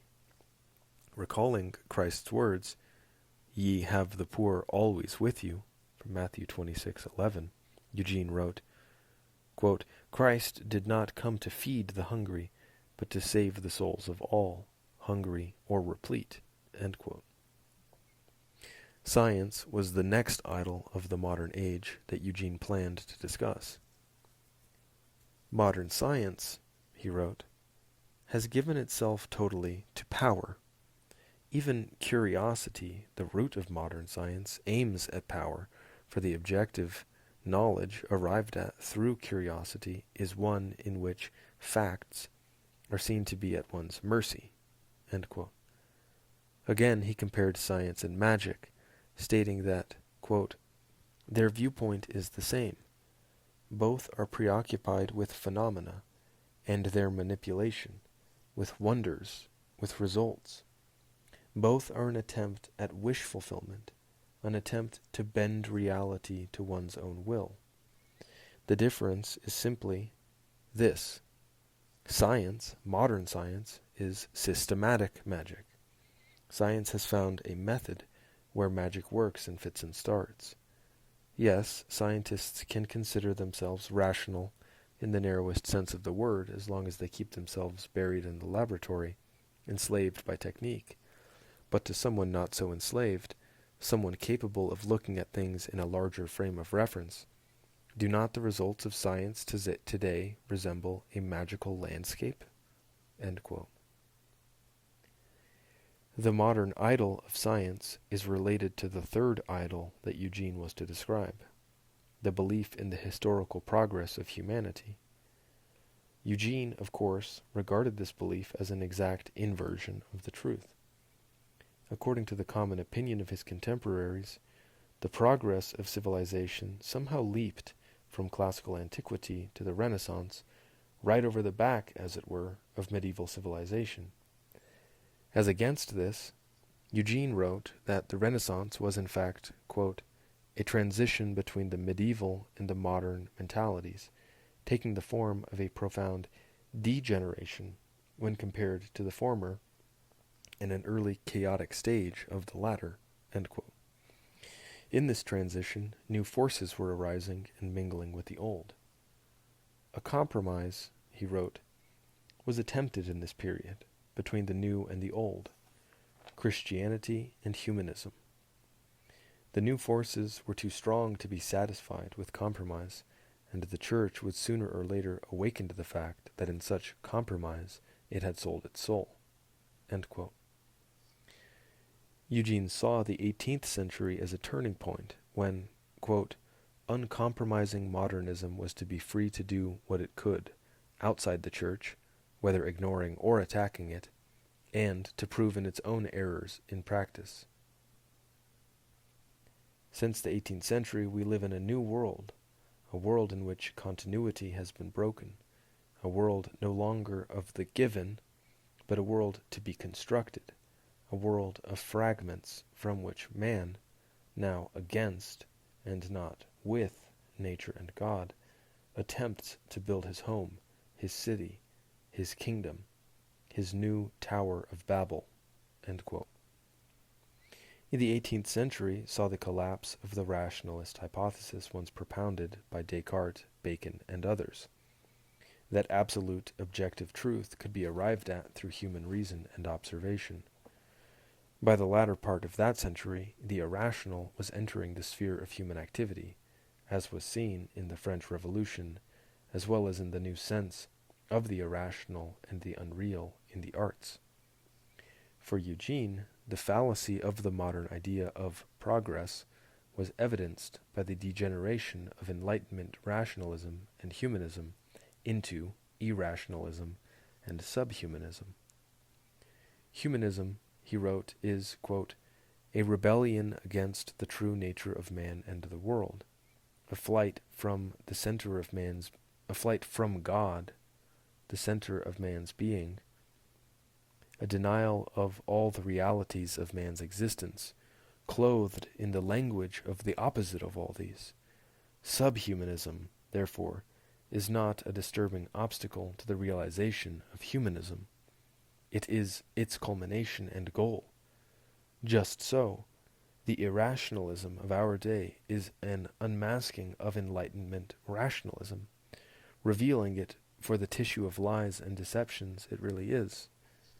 Subhumanism teaches us that the Enlightenment humanism, which denies man's true nature as the image of God, is no true humanism at all. Irrationalism teaches us that Enlightenment rationalism which divorces itself from God, the ultimate reason, is not ultimately rational." End quote. Part 3, an examination of the old order and the new order, was to be perhaps the most important section of Eugene's book. It was here that he would uncover what he called the root of the revolution of the modern age, nihilism. He found a succinct definition of it in the writings of Nietzsche, whom he called the fount of philosophical nihilism, quote, "that there is no truth, that there is no absolute state of affairs, no thing in itself. This alone is nihilism, and of the most extreme kind." End quote. According to Nietzsche, the 20th century will mark the, quote, "triumph of nihilism." Eugene wrote that, quote, "nihilism has become in our time so widespread and pervasive, has entered so thoroughly and so deeply into the minds and hearts of all men living today, that there is no longer any front on which it may be fought." End quote. The question of nihilism, Eugene explained, is most profoundly a question of truth. It is indeed the question of truth. No one, surely, is the common idea, no one is naive enough to believe in absolute truth anymore. All truth, to our enlightened age, is relative. The latter expression, let us note, "all truth is relative," is the popular translation of Nietzsche's phrase, "there is no absolute truth." Eugene observed that, quote, "relative truth is primarily represented for our age by the knowledge of science," end quote. A system which works from the basic presuppositions that, quote, "all truth is empirical, all truth is relative," end quote. As he pointed out, either of these statements is a self-contradiction. Quote, "the first statement is itself not empirical at all, but metaphysical. The second is itself an absolute statement," end quote. Any system of knowledge must have an absolute metaphysical first principle. Quote, "but with the acknowledgement of such a principle, the theory of the, quote, relativity of truth collapses, it itself being revealed as a self-contradictory absolute," end quote. The development of modern thought, Eugene wrote, has been, quote, "an experiment in the possibilities of knowledge open to man, assuming there is no revealed truth. The conclusion of this experiment is an absolute negation. If there is no revealed truth, there is no truth at all. The search for truth outside of revelation has come to a dead end.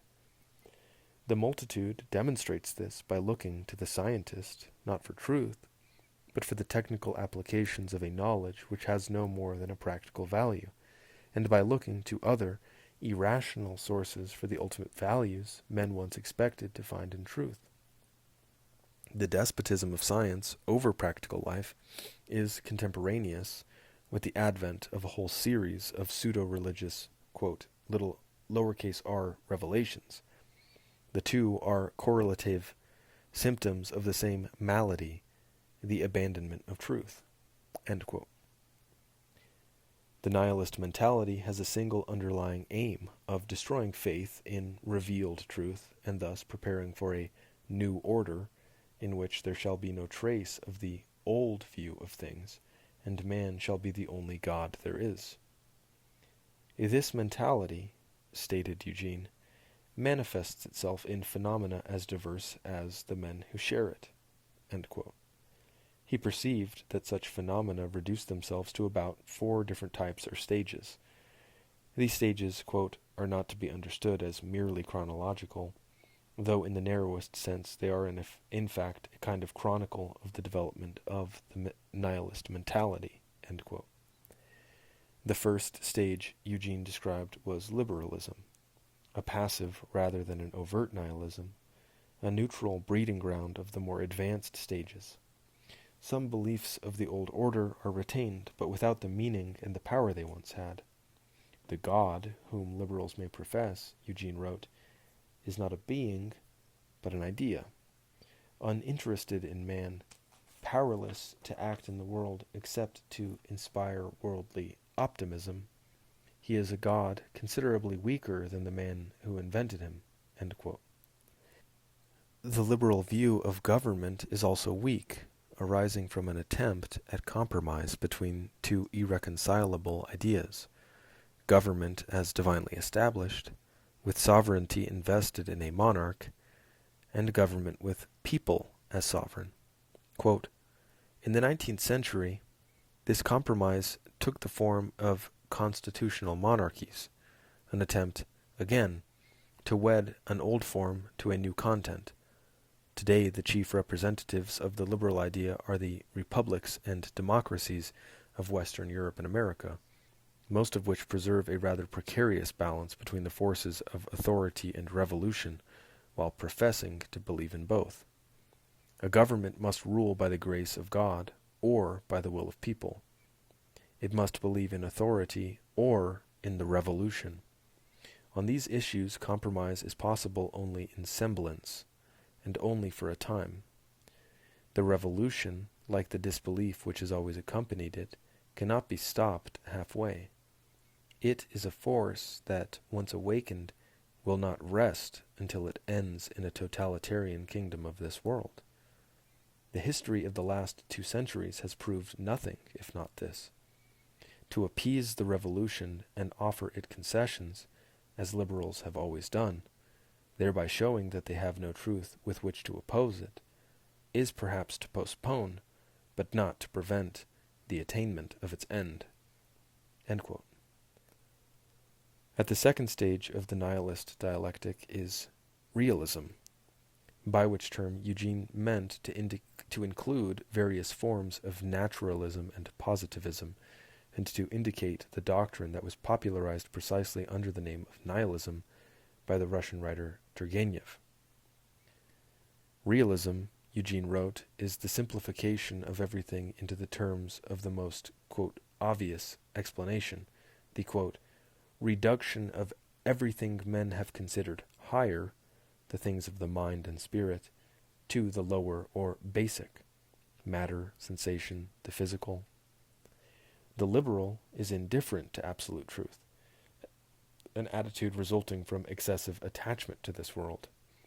With the realist, on the other hand, indifference to truth becomes hostility, and mere attachment to the world becomes fanatical devotion to it. End quote.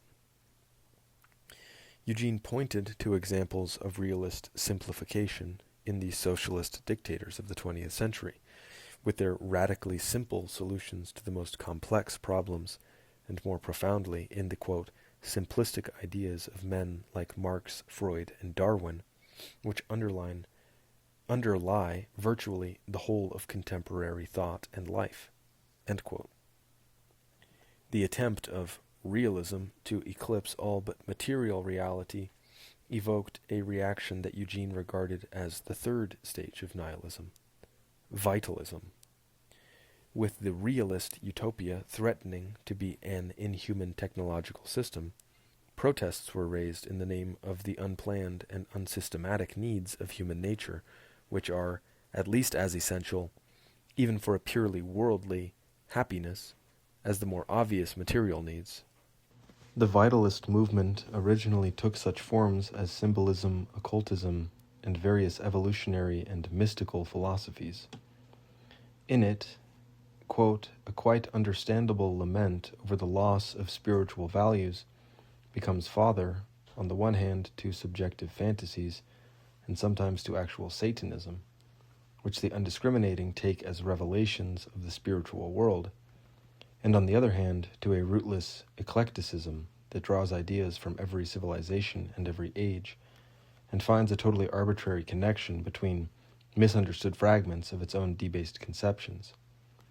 Pseudo-spirituality and pseudo-traditionalism, one or both, are integral elements of many vitalist systems. End quote. Eugene went on to indicate the diverse vitalist manifestations in modern society which have come out of the restless search of people, quote, to find a substitute for the God who was dead in their hearts. End quote. He pointed to the popular unrest revealed in politics, the media, and the arts, to the varieties of new thought and positive thinking, which try to harness and utilize a vague, immanent force, to spurious forms of Eastern wisdom which claim to invoke powers and presences, to the indiscriminate quest for awareness, realization, and enlightenment, and to the cult of nature with its primary elements of the earth, the body, and sex. Perhaps the most striking manifestation of the popular unrest, Eugene wrote, has been in crime, and particularly in juvenile crime, end quote. He noted the increasing number of, quote, absurd crimes, which, unlike the crimes of former eras, are committed for no, quote, practical reason. Quote, when questioned, those apprehended for such crimes explained their behavior in the same way. It was an impulse or an urge that drove them, or there was a sadistic pleasure in committing the crime, or there was some totally irrelevant pretext, such as boredom, confusion, or resentment. In a word, they cannot explain their behavior at all. There is no readily comprehensible motive for it, and in consequence, and this is perhaps the most consistent and striking feature of such crimes, there is no remorse, end quote. In the vitalist stage, the criterion of truth is replaced by a new standard, the, quote, life-giving, the, quote, vital. This new dynamic standard, Eugene said, underlies much of the formal criticism of contemporary art and literature, as well as of discussions of religion, philosophy, and science. Quote, there are no qualities more prized in any of these fields today than those of being, quote, original, experimental, or exciting. The question of truth, if it is raised at all, is more and more forced into the background and replaced by subjective criteria, integrity, authenticity, individuality, end quote. In concluding his discussion of this stage, Eugene wrote that, quote, the vitalism of the last 100 years has been an unmistakable symptom of world weariness. It is the product not of the freshness and life and immediacy its followers so desperately seek, precisely because they lack them, but of the corruption and unbelief that are but the last phase of the dying civilization they hate, end quote. Thus, Eugene believed, beyond vitalism, there can be only one more definitive stage through which nihilism may pass, the nihilism of destruction. Here at last, he wrote, we find an almost pure nihilism, a rage against creation and against civilization that will not be appeased until it has reduced them to absolute destruction. This was the nihilism of the ruthless Russian revolutionary Sergei Nechayev, the model for Pyotr Verkovensky in Dostoevsky's The Possessed, and of Nekayev's one-time co-conspirator Mikhail Bakunin, who, when asked what he would do if the new order of his dreams should come into existence, frankly replied, quote, then I should at once begin to pull down again everything that I had made, end quote. It was in this spirit, wrote Eugene, quote, that Lenin, who greatly admired Nechayev, assumed ruthless power and began Europe's first experiment in totally unprincipled politics, end quote, and that Hitler once exulted, quote, we may be destroyed, but if we are, we shall drag a world with us, a world in flames, end quote. Eugene followed his description of the various forms of nihilism with an exploration of their spiritual sources. He wrote, quote, we shall be unprepared to understand the nature or the success of nihilism, or the existence of systematic representatives of it like Lenin and Hitler, if we seek its source anywhere but in the primal satanic will to negation and rebellion, end quote. Finding no rational explanation for the systematic Bolshevik campaign to uproot the Christian faith, Eugene saw it as, quote, a ruthless war to death against the only force capable of standing against Bolshevism and of disproving it. Nihilism has failed as long as true Christian faith has remained alive in a single person, end quote. Modern men who, in Nietzsche's words, have killed God in their hearts, now have a dead God, a great void at the center of their faith. But this, Eugene observed, is only a moment of crisis and transition in man's spiritual history, at the end of which he expects a new God to appear. Modern man has not come to this point by himself. Quote, "A subtle intelligence," Eugene wrote, "lies behind the phenomenon of nihilism. It is the work of Satan." Having exposed the spiritual core of nihilism, Eugene went on to discuss the, quote, "positive program by which it seeks to further its satanic ends." Quote, "The first and most obvious item in the program of nihilism is the destruction of the old order, which was the soil nourished by Christian truth, in which men had their roots. It is here that the peculiarly nihilist virtue of violence comes into play." End quote. After this comes a stage of transition between the revolution of destruction and the proposed earthly paradise, a stage known in Marxist doctrine as the, quote, "dictatorship of the proletariat." Here, the, quote, "realists," both in the communist and the free world, work toward the new order, quote, "where there are everywhere organization and efficiency, and nowhere love or reverence," end quote. Eugene saw signs of this in the sterile, quote, "functionalism" of modern architecture, as well as in the disease of total planning, in, quote, birth control, in experiments that look to control heredity and the mind, in the, quote, welfare state, and in all schemes where, quote, "precision of detail is united with appalling insensitivity," end quote. Eugene pointed out that the destruction of the old order and the organization of the new earth are only a preparation for a work more significant and more ominous than either, the, quote, "transformation of man." This was the dream of Hitler and Mussolini, and also of philosophers like Marx and Engels, who saw a magical change to be wrought in human nature through the violence of revolution.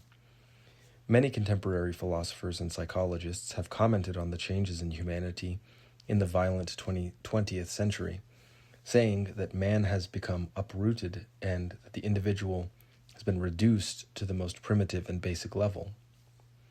An image of the, quote, "new man" has been portrayed in the painting and sculpture that has arisen, for the most part, since the end of the Second World War. "The new art," wrote Eugene, "celebrates the birth of a new species, the creature of the lower depths, subhumanity," end quote. But, beside this image of hopeless deformity, is a current of optimism that has produced its own, quote, "positive new man," a man, quote, "both idealistic and practical, ready and anxious to cope with the difficult problems of the day," end quote.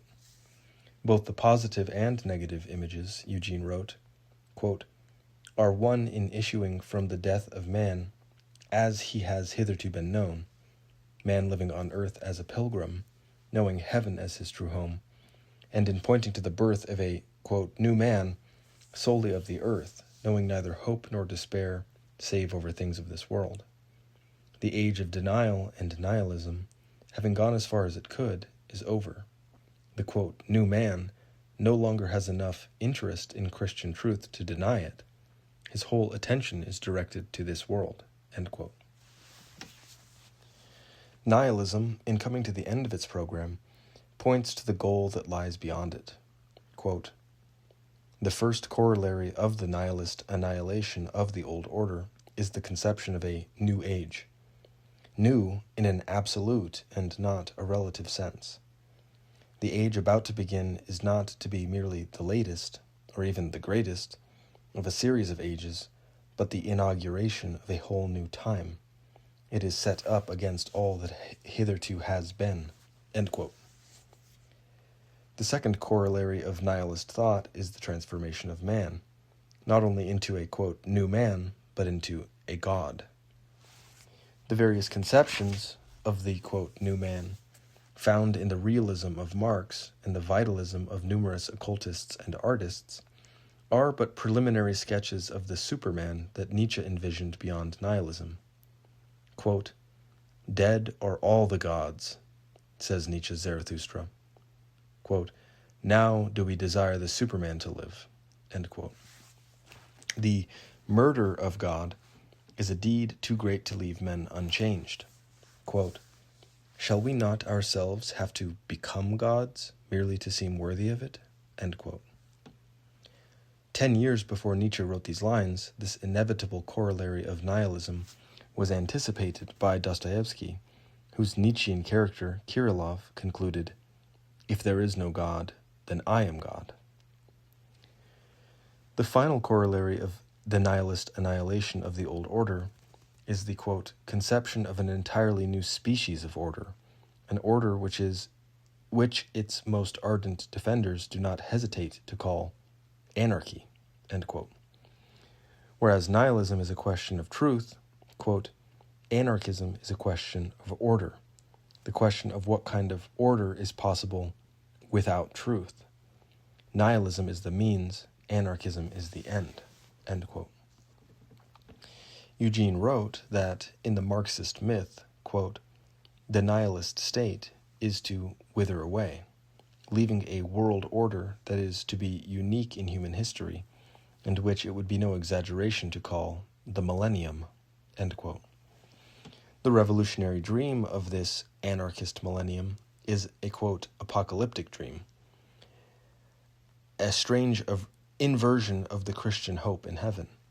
It is, quote, the vision of the reign of Antichrist, the satanic imitation of the kingdom of God, end quote. If nihilists see the revolutionary goal, quote, beyond nihilism, as a reign of love, peace, and brotherhood, that is because they have actually begun to live in the revolutionary kingdom and to see everything as Satan sees it, as the contrary of what it is in the eyes of God. In parts 1 and 2, Eugene had planned to discuss the modern ideas that had begun to change people under their influence.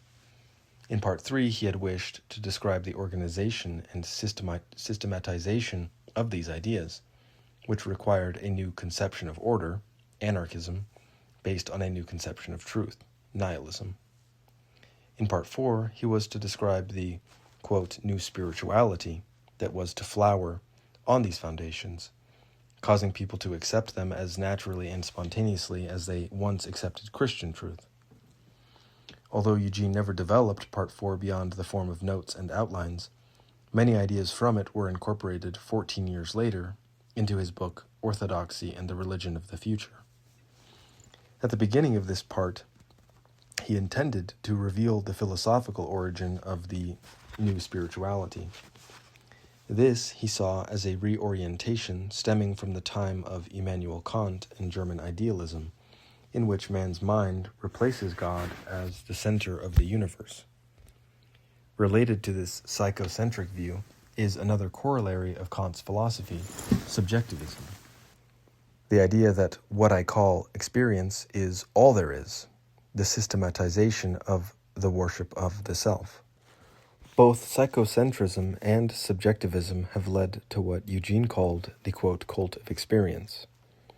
When man, and not the God-man Jesus Christ, is regarded as the center of existence, man becomes belittled and searches for momentary inspirations which make him forget the pettiness of being human in the new sense. The cult of, quote, religious experience, Eugene wrote, is, quote, the substitute for the spiritual existence and ultimate deification or salvation of the Christian, end quote.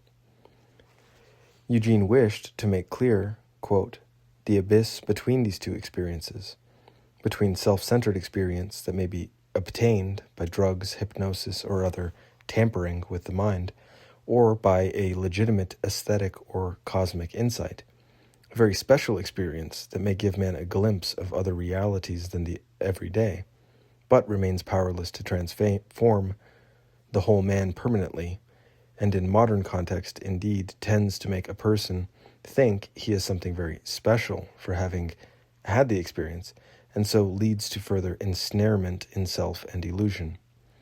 Between this partial experience, which is not religious in itself and may be demonic, modern man's absence of doctrine renders him totally blind to demons, and true spiritual experience, which is a real encounter with the divine, a living experience that is patient, suffering, humble, reverent, trusting, an experience which is not necessarily pleasant or satisfying, but may cause great sorrow and hardship, an experience which ends not in itself, but in heaven.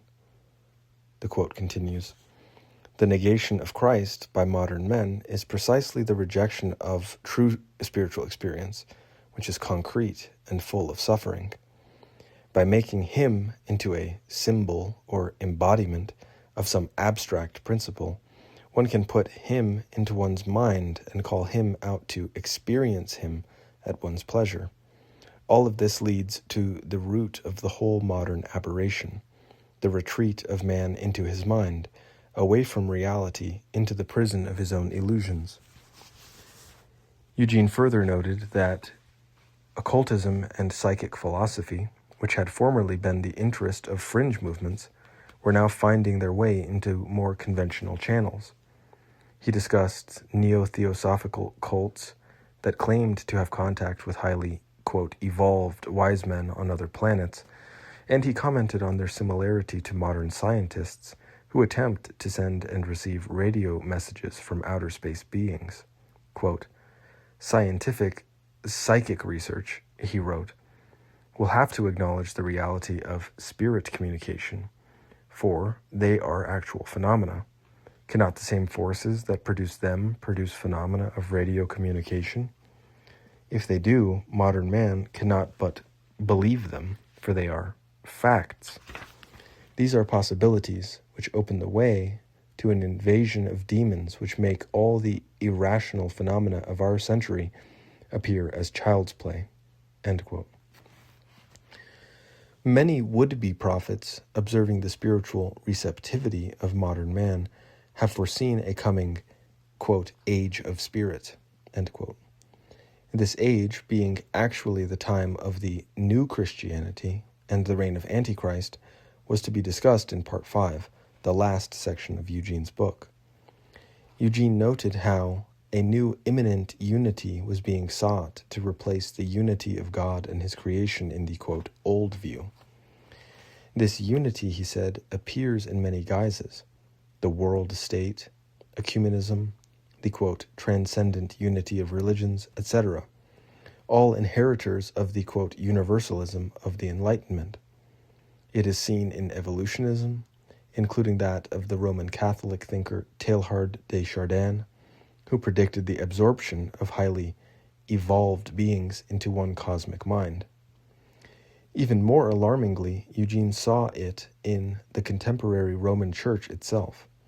He perceived the emerging, quote, "new Christianity" as a kind of, quote, "religion of humanity," which watered down the traditional Christian confession of absolute truth in order to unite mankind under the banner of earthly brotherhood. The this-worldly religion of Antichrist, Eugene noted, will be a whole and unified pseudo-tradition. The new, quote, "unity" will superimpose itself upon the collectivist order of the communist state. Room will be made not only for man's economic and social needs, which communism aims to satisfy, but also for his personal and spiritual needs. The age of communism, having fulfilled its purpose, will end, and this will correspond to the promised withering away of the state of communist doctrine. Eugene explained why the reign of Antichrist must have a pseudo-spiritual dimension. Once the promised peace and security have been given to man, it will no longer be capable of inspiring idealism and will be seen for what they are, conditions or means, and not as ends. Recalling the Lord's words, "Man shall not live by bread alone," Eugene asked, quote, "After the problem of this worldly organization, of government and bread, is solved, then what? The question perhaps is really, what kind of circuses will the new world provide for the people who have enough bread? This is not merely a question of amusement. It will be a question of life and death for the new governments. For if they do not provide relatively harmless circuses, the people will devise their own, which will more often than not be harmless. Dostoevsky spoke of this a century ago. The people, when they are given all they need to be happy, will precisely then turn on themselves and their world in a frenzy of dissatisfaction. For the hunger of man cannot be satisfied by worldly bread. Man must have otherworldly bread, or a clever substitute." End quote. It was the necessity of this clever substitute that led Eugene to foresee what he previously referred to as, quote, "the age of magic." This is the goal of utopian idealism, as well as occult prophecies. The age of abundance and marvels, when the pseudo-religion of Antichrist will be validated and made attractive by miracles and signs. Eugene wrote that, quote, "the infinite curiosity, as well as the spiritual hunger of men, will alike demand a magical universe to serve as surrogate for their impoverished intellectual and spiritual needs. Magic alone can make people happy who have everything worldly." End quote. In reviewing his observations, Eugene wrote that, quote, "the modern world is unique only in the extent of its satanic deceptiveness and its nearness to the reign of Antichrist which it is preparing." End quote. As for the last Christians living in the modern age, they, quote, "can only give the testimony of their truth to the world, even to the martyrdom that the world will have to exact from them, placing their hope in the kingdom that is, quote, not of this world, that kingdom whose full glory cannot even be suspected by men living in the world, the kingdom that shall have no end." End quote. It was with this subject, the kingdom of heaven, which will remain when the kingdom of man has passed into oblivion, that Eugene planned to conclude his book. In the 4 decades since Eugene wrote the material for the kingdom of God and the kingdom of man, the trends and movements that he discussed have grown in proportion, and the nihilistic ideas that underlie them have continued to be played out in human history. Recently, a renowned cultural commentator of our times, Philip E. Johnson, has acknowledged the acuteness and accuracy of the observations made by Eugene in the early 1960s. Quote, "I recall that when I first read nihilism several years ago, knowing nothing about Father Seraphim, I thought it was a fascinating but extreme and even wild book. For a long time I believed that modernist rationalism needed only to be fixed, that with some adjustment it could be set on the right path. Further reading and recent experience have taught me that the situation is much worse than that, and what at first seemed wild to me now seems like sober good sense." End quote. The observer of today's culture is continually struck by news of events which corroborate Eugene's diagnosis of modern nihilism. The senseless, incomprehensible crimes of which Eugene wrote, especially those committed by juveniles, have steadily grown, both in scale and in number, during the last few decades, to such an extent that public schools are no longer generally regarded as safe places for children. While today's psychiatrists attempt to find abnormalities of the brain that could induce children to commit such crimes, Eugene diagnosed the deeper cause many years before: the spiritual vacuum of a nihilist society that, quote, "has abandoned God, revealed truth, and the morality and conscience dependent upon that truth."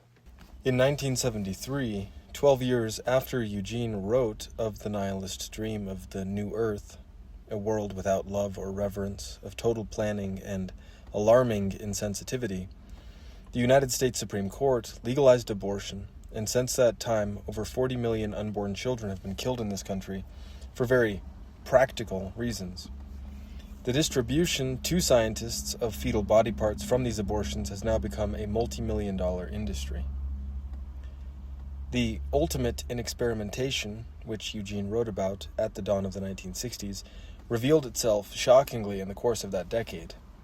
Most of all, it was evident in the popular youth movements and was heard in the popular music, which, as Eugene anticipated, was to take on an increasingly primitive and savage character. Interestingly, the youth movements of the 1960s and beyond have tended to correspond to Eugene's description of the 4 stages of nihilism. The optimistic hippie movement of the 60s and early 70s was an example of vitalism, acting against the dead liberalism and dry realism, which in the 80s and 90s gave way to manifestations of the nihilism of destruction in a now far more fragmented youth culture, pessimistic, anarchistic, with satanic elements, revealed especially in such music as punk, death rock, thrash metal, and rap. Further, the contemporary youth trends, which have raised up people like the blasphemous Madonna as cultural heroes, provide clear evidence for Eugene's conclusion that godless humanism must inevitably revert to subhumanism.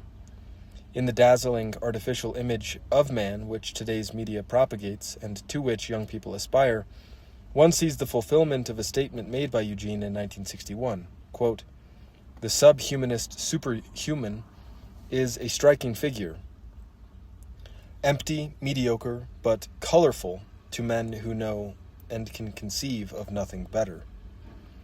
A year earlier, in 1960, in August, Eugene wrote, "Modern man, in his self-love, wishes to explore every possibility open to the self, and that is why he must descend ever deeper into the mire, to find some filth that no one has wanted to explore before. All the lowest possibilities of man are to be explored in this age. The dregs must be exhumed and eaten." End quote. Yet, lower levels have been reached in the years following 1960. More significantly, this vileness no longer is reserved for fringe groups of decadents and aware artists, but is openly promoted for mass consumption. It is seen in the images of human torture, mutilation, and slaughter that are presented for popular entertainment, reminding one of the harmless circuses which Eugene said must be devised lest physically harmful ones come into being, and in the misuse and exploitation of human sexuality in practically every imaginable way. The sexual revolution of the 1960s played out what Eugene had written about at the very beginning of that decade, about sex. Having himself emerged out of the sexual immorality that was on the rise in the free world, Eugene could well discern its meaning and its enslaving power. In notes for his book, he wrote, quote, "In the free world, a great exploitive force is that of sex. It seems today to be a vast, impersonal power that holds men in its jaws, leading them on not only to reproduce their kind, but, thanks to the many devices for exploiting this power more efficiently, to indulge this personal force for its own sake. Some may object that sex is indeed a very personal thing, but nothing could be further from the truth. Like all other human impulses, the sexual instinct may be subordinated to the power of personality and attain its proper place as an expression of married, chaste love. But only the most naive romanticist could affirm that such sex is the sex that is exalted today. Sex as pleasure, as an expression of man's freedom to do what he pleases. This is what it means to contemporary men. Marriage, banished from the church, has become a mere license for sexual activity. Sex has become the basis of marriage, another case of the lower usurping the role of the higher. The easy divorce laws make of marriage, as practiced by most moderns, merely a kind of legalized promiscuity. Quote, "Promiscuity is indeed the rule. Sex is good, wholesome, free, say the moderns. Use it freely with whomever you please. This attitude is revealed in the face of contemporary man, that blank, greedy, faceless, totally outward face, hungry for experience of any sort, ready to exploit, let us not deny the evidence of those horrible faces, who devour anyone and everyone with whom they come in contact. How different, how utterly foreign and incomprehensible to contemporary man is the face of the Christian ascetic, who by striving to master instead of indulge his passions, reveals an inwardness undreamed of by the moderns. These moderns think they are being realistic, when frankly they admit their slavery to sexual impulses. Well, of course they are being realistic, since such slavery is indeed true of weak men who will not strive for anything higher than the obvious. but they are surely indulging in the wildest fancies when they think that by doing this they are becoming free. Sexual freedom, this coupling of words that represent totally incompatible realities, since sex as practiced today is slavery, is but another instance of that modern incompetence to do anything but follow one's passions and accept whatever vulgar slogan justifies this aim. It hardly needs to be said how relevant this diagnosis has become in the years since Eugene wrote it. Today, the sole context of sexual activity blessed by God, which, as Eugene affirmed, is marriage, has become increasingly under attack. 1/3 of all babies born in the United States are now born out of wedlock. Living together before marriage has become the norm. Homosexuality has become accepted as a, quote, lifestyle rather than a sin. Families are being redefined to include any combination of consensual sexual partners. And in general, the attitude of sex, quote, with whomever you please, has become the rule much more than it was even in the 1960s. The devastated lives of children, an increasing number of whom are now being kept on prescription drugs to keep them under control, are the tragic fruit of this abandonment of the true meaning of marriage. In the realm of spirituality, the currents that Eugene wrote about have also gathered momentum. The charismatic movement that mushroomed in the 60s and 70s showed all the signs of the, quote, new spirituality and, quote, new Christianity he had mentioned. And he was to examine this movement in his later book, The Orthodoxy and the Religion of the Future. The, quote, New Age movement, an infantile stage of the Age of Magic, has become a circus for affluent Americans for whom the question of bread has been solved. Its many faces, including pseudo-Christian ones, such as the creation-centered spirituality of Matthew Fox and the Gnostic Christianity of Elaine Pagels, corroborate Eugene's statement that the, quote, new spirituality of Antichrist will believe in a world that is, quote, like man, basically innocent and unaffected by any kind of fall, end quote. Today's New Age movement is built upon the corollaries of nihilism that Eugene described. The concept of the inauguration of an entirely new kind of time, and the idea of the transformation of man into God. Often the human transformation concept is cloaked in terms of God realization, or of an ape-to-man-to-God spiritual evolution that mirrors its naturalistic Darwinian counterpart. The latest catchword in the New Age circles is precisely transformation, a word that resonates with the vague longing of the, quote, new man.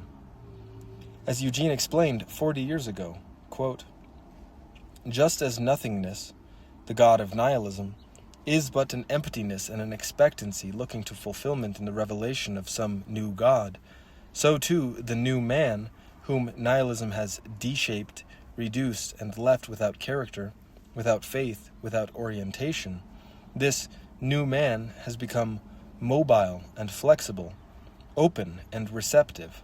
He is passive material awaiting some new discovery or revelation or command that is to remold him finally into his definitive shape. End quote. Also in the realm of spirituality, the, quote, rootless eclecticism that Eugene described has taken on many forms in the last few decades.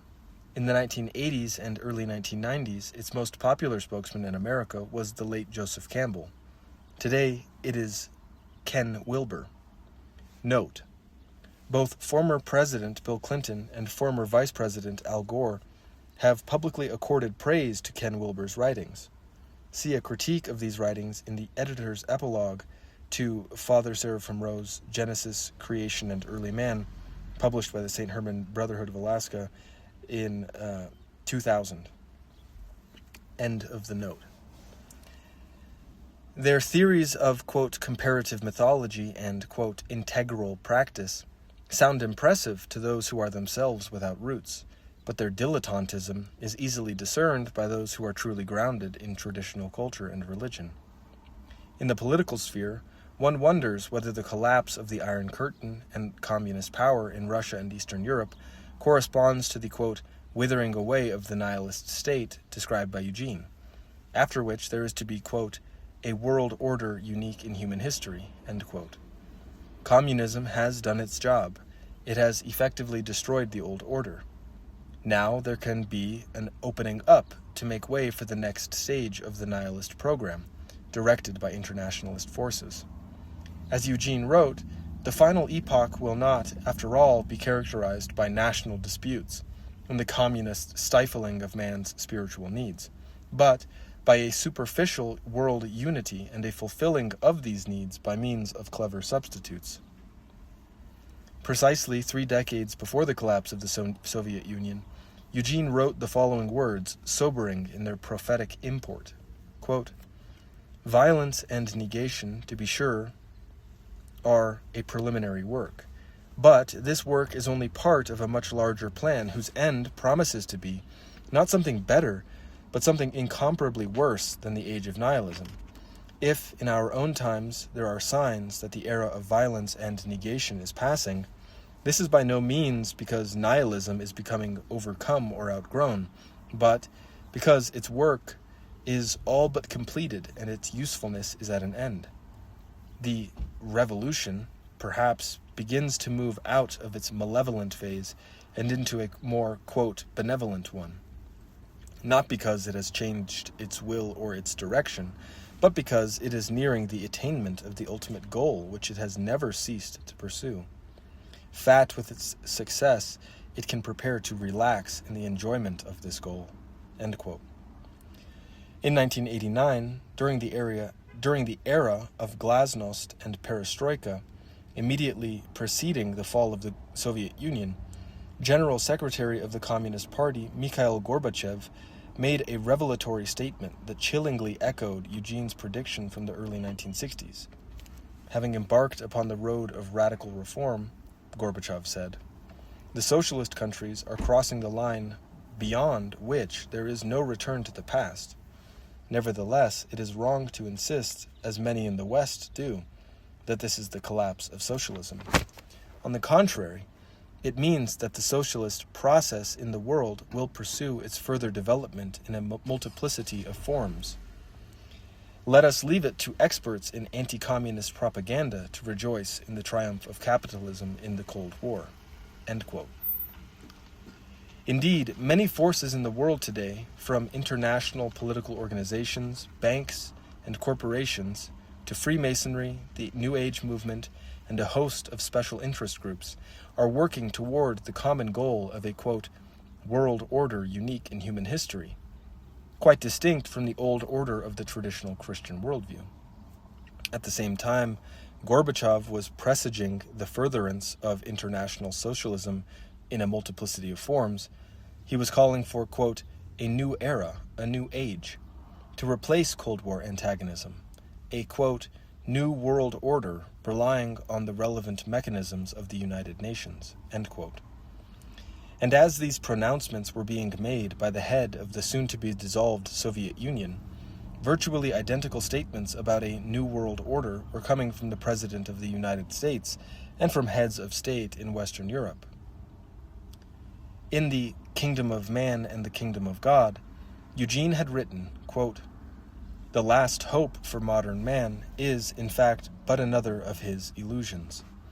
The hope for a new age beyond nihilism is itself an expression of the last item in the program of the revolution. It is by no means Marxism alone that promotes this program. There is no major power today whose government is not revolutionary. No one in a position of authority or influence whose criticism of Marxism goes beyond the proposal of better means to an end that is equally revolutionary. To disown the ideology of the revolution in the contemporary intellectual climate would be, quite clearly, to condemn oneself to political powerlessness. The nihilist disease is apparently to be left to develop to its very end. The goal of the revolution, originally the hallucination of a few fevered minds, has now become the goal of humanity itself. Men have become weary. The kingdom of God is too distant. The Orthodox Christian way is too narrow and arduous. The revolution has captured the spirit of the age, and to go against this powerful current is more than modern men can do, for it requires precisely the two things most thoroughly annihilated by nihilism: truth and faith." End quote. In providing a thorough critique of the modern mentality, Eugene intended to do more than show his readers that it was false and that traditional Christianity was true.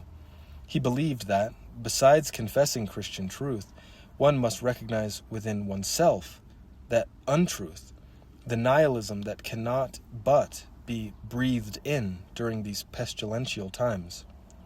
Quote, "The nihilism of our age exists in all," he wrote, "and those who do not, with the aid of God, choose to combat it in the name of the fullness of being of the living God, are swallowed up in it already. We have been brought to the edge of the abyss of nothingness, stand on thin soil above it, and whether we recognize its nature or not, we will, through affinity for the ever-present nothingness within us, be engulfed in it beyond all hope of redemption, unless we cling in full and certain faith, which doubting doubts not, in Christ, without whom we are truly nothing." End quote. Eugene worked on the kingdom of man and the kingdom of God at a time when many thinkers, including Christian ones like Thomas Merton, were speaking of the crisis of the modern age.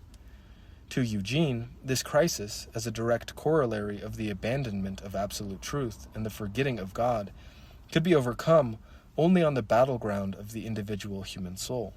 He wrote, quote, "Facile interpretations of the crisis, of the choice before us, abound. To take either side of these illusionary interpretations is damnation. The true crisis is now, as it has ever been, within us. It is our acceptance or rejection of Christ. Christ is our crisis. He demands from us all or nothing, and this problem he presents us is the only one that need be answered. Do we choose God, who alone is, or ourselves, who without God are nothing? This is our only choice. Our age would have us deny, forget, neglect this question, and this is to choose ourselves, nothingness, the abyss, hell. Our age is founded on nothingness, but this nothingness, inexplicably to us, presents, for those who still can perceive, the crisis of all men in all ages most clearly and unmistakably. Our age tells us, if we can listen, to choose the living God." Chapter 21. Crisis. Deep thinking is attainable only by a man of deep feeling. Samuel Taylor Coleridge. He who has not the spirit of his age has all the misery. Voltaire. At the time he was working on the kingdom of man and the kingdom of God, Eugene wrote a separate essay entitled "The Philosophy of the Absurd," in which he explored one of the cultural outcomes of the modern abandonment of truth. He stated that, quote, "Nothing in the world, not love, not goodness, not sanctity, is of any value or indeed has any meaning if man does not survive death." End quote. With the loss of meaning arising from loss of faith in God and the immortality of the human soul, there is no longer any center to hold things together. It is only natural that many modern artists and thinkers have come to depict the world as absurd and man as empty and dehumanized. Absurdism, Eugene wrote, is, one might say, the last state in the dialectical process of humanism away from Christian truth. The fact that the world fails to make sense could only occur to men who have once believed, and to have good reason to believe, that it does make sense. Absurdism cannot be understood apart from its Christian origins. The quote continues, "Christianity is supremely coherence, for the Christian God has ordered everything in the universe, both with regard to everything else and with regard to himself, who is the beginning and end of all creation. And the Christian, whose faith is genuine, finds this divine coherence in every aspect of his life and thought. For the absurdist, everything falls apart, including his own philosophy, which can only be a short-lived phenomenon. For the Christian, everything holds together and is coherent, including those things which are themselves incoherent. The incoherence of the absurd is, in the end, part of a larger coherence. Never has such disorder reigned in the heart of man and in the world as today. But this is precisely because man has fallen away from a truth and a coherence that have been revealed in their fullness only in Christ." End quote. Eugene believed that the artists of the absurd do express a, quote, partial insight, in that they agonizingly show existence without God to be a kind of living hell. Many truth-seekers have arrived, as did Eugene himself, at this point of disillusionment in the course of their search. And it was for this reason that Eugene felt more sympathy for the absurdist than for the happy humanist who cannot face the logical end of his philosophy. To remain at this point, however, is deadly, for, as Eugene indicated, quote, "There is no annihilation and there is no incoherence. All nihilism and absurdism are in vain. The flames of hell are the last and awful proof of this. Every creature testifies, with or against his will, to the ultimate coherence of things. For this coherence is the love of God, and this love is found even in the flames of hell. It is, in fact, the love of God itself which torments those who refuse it." End quote. Other important ideas which came out of Eugene during this period are found in his 72-page philosophical journal, which dates from July 30th, 1960 to April 3rd, 1962. Here he spoke of true art as a reflection of the artist's relationship to ultimate reality, of the 20th century as the age of superstition, of the beast of the apocalypse as the apotheosis of self-love, in whom everyone will worship himself, of the Olympic Games as another means of unifying the world on an external basis, of Hitler's National Socialism as a product of, rather than a reaction to, the modern revolution, of the parable of the prodigal son as an instructive parallel to the modern age, of Judas as the first modern man. He also wrote further on the use of sexuality as a, quote, impersonal force by which to govern man.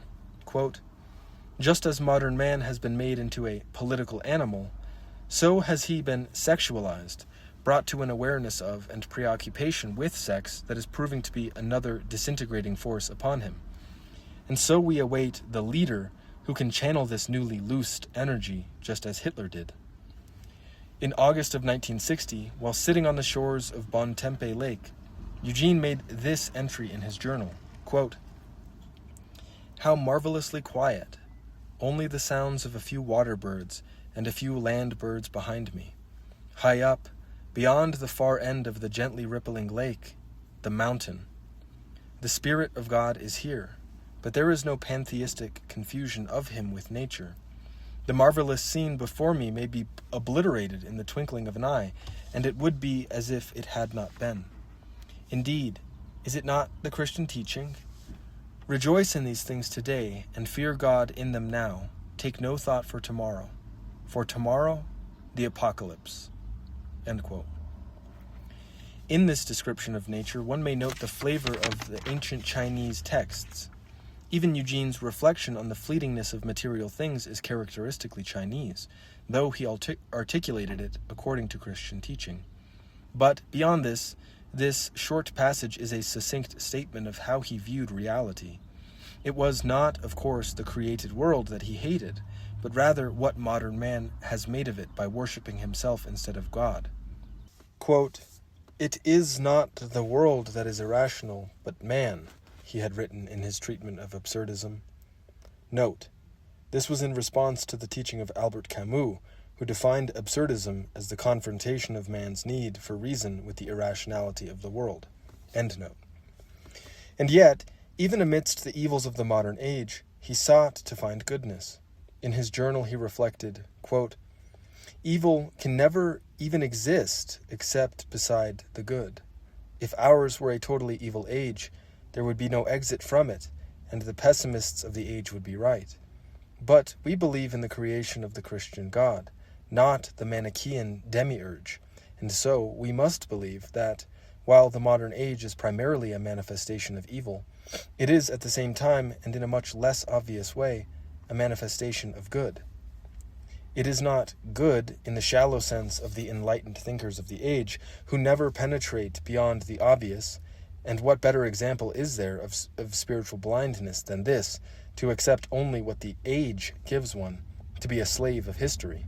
But it is good in a mystical sense that may only be penetrated by those who are able to first suffer in intense form its great evil." End quote. To seek the inner meaning of the modern age, he said, is to seek, quote, "not only what it reveals to us of man's weakness, but even more what it reveals to us of God's greatness and his incomprehensible love. Let petty minds tremble at this paradox, but let us Christians seek to experience its meaning insofar as we are able." End quote. In the passage written on the shore of Bontempe Lake, Eugene expressed his profound love of nature, a love that remained with him throughout his life. He believed that, quote, "only he who loves God can love the creation which comes from God. To love creation, or anything for that matter, one must love it as it truly is, and since creation comes from God, one can only love it as from God, and cannot help loving God thereby as well." End quote. At the same time, however, Eugene actually felt guilty about enjoying nature too much. This feeling was born of his fundamentally ascetic worldview, from which his entire philosophy was also derived. No matter how beautiful was God's creation, it was subject to corruption. It would one day pass away, while Eugene himself would not. Ultimately, he was not meant for it. God's creation was indeed good, but it was not perfect. If it were perfect, he observed, men would be satisfied with it alone and not be led by its broken character to what must be above it. End quote. We have seen how, before his conversion, Eugene suffered enough to know that complete fulfillment and happiness were not to be found in this life, and how, even after he accepted Christ, his deadness to the world caused him to suffer profound loneliness. He understood that Christianity was by nature ascetic, looking beyond this world and its inevitable end. So foreign was his otherworldly outlook to the spirit of his times that even contemporary writers whom he otherwise admired, such as Buber, Berdyaev, and Merton, were expressing hopes in one-world government, the abolition of war, and the final union of mankind. "And so," wrote Eugene, "it is still only the lonely ones who experience the end. Everyone else has interpreted that end to fit their own desires. Only the lonely ones dare to live it in fact, in full awareness, as full as men may know, of what it is." End quote. In referring to these lonely ones who, quote, "suffer in intense form the great evil of the modern age," Eugene was, of course, counting himself among them. He looked on life in the world as a form of crucifixion. A telling passage in his journal reads, quote, "Let not us, who would be Christians, expect anything else from it than to be crucified. For to be Christian is to be crucified, in this time and in any time, since Christ came to be for the first time. His life is the example and warning to us all. We must be crucified personally, mystically, for through crucifixion is the only path to resurrection. If we would rise with Christ, we must first be humbled with him, even to the ultimate humiliation, being devoured and spit forth by the uncomprehending world. And we must be crucified outwardly in the eyes of the world, for Christ's kingdom is not of this world, and the world cannot bear it, even a single representative of it, even for a single moment. The world can only accept Antichrist, now or at any time. No wonder, then, that it is hard to be Christian. It is not hard, it is impossible.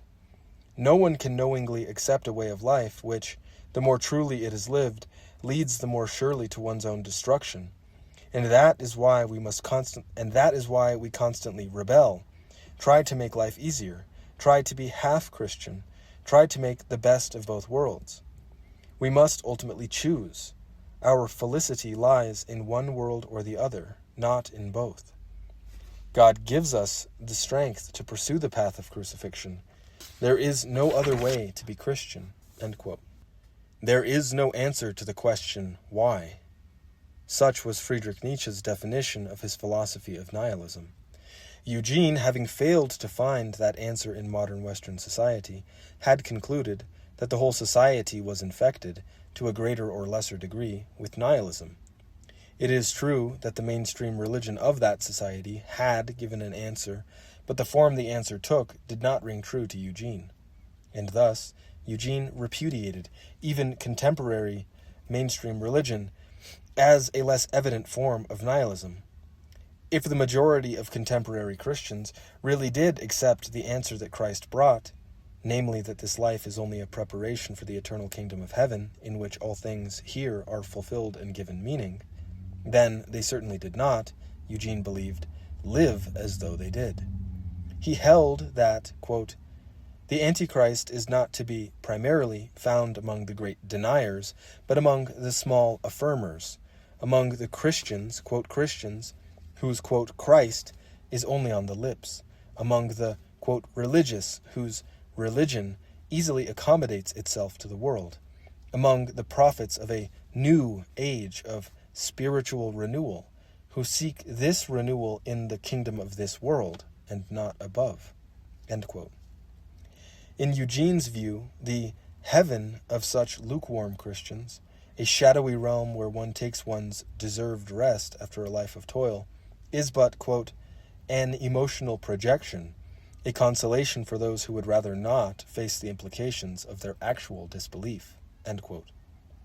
Having himself become a Christian after an agonizing search for the truth, and knowing that to live this truth meant daily crucifixion, Eugene perceived that these people of weak, compromising faith were concerned first of all with being comforted in this world. They could do the, quote, right things according to the worldly standards, feel pious, and feel totally assured of ample rewards after they die. In the words of T.S. Eliot, quote, "Our age is an age of moderate virtue and of moderate vice, when men will not lay down the cross because they will never assume it." On being exposed to what he saw as comfortable Christianity, Eugene would be filled with bitterness and despair. During a visit to Carmel in the summer of 1961, he vented his feelings in his journal, quote, "The end of another descent into the maelstrom." Note, "Descent into the Maelstrom," the title of a story by Edgar Allan Poe. End note. "Into the life of the common people. It is good for me, for here I see the breeding ground of Antichrist. All the fanatic anti-Christian movements of the modern age become clearly comprehensible after a visit to the Christians of Carmel. They are not even lukewarm, and their evil, though real, is so petty that anyone but a crucified Christian would be driven to frenzy by it. All the madness and frenzy and evil of the centuries is bred in this comfortable, respectable, secure sink of hell." End quote. But Eugene's Christian conscience troubled him. He knew he was going against God by being consumed with such hatred for his fellow man.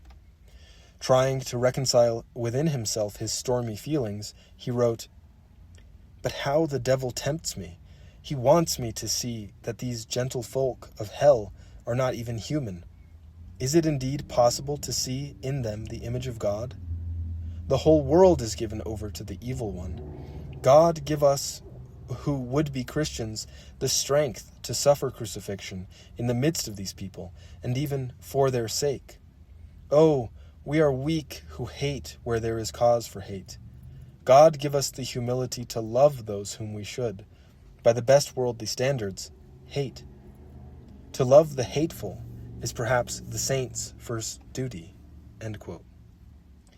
Even here, Eugene realized that he had not gone far enough.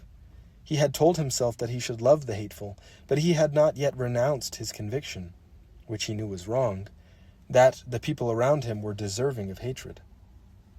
And so he came to the only conclusion that could be truly pleasing to God, who accepts the sacrifice of a broken spirit. Quote, But let us look more deeply, he wrote at last. Is not the most hateful one myself?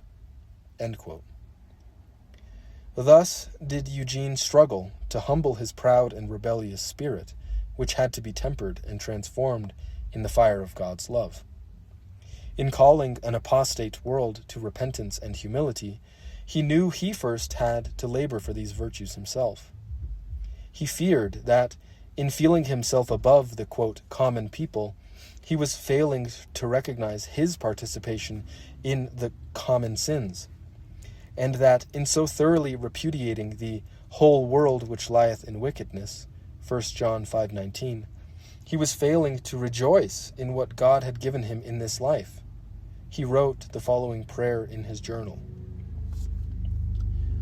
O God, do not desert us who try to remain faithful to thee in these last days, when the darkness would overwhelm us, when even the world which thou didst create good weighs upon us with the sin and evil accumulated in centuries of disobedience and self-will. Seldom now do we find joy in this world which thou madest for our delight. Oh, it is our sins that make this world so heavy, that we know.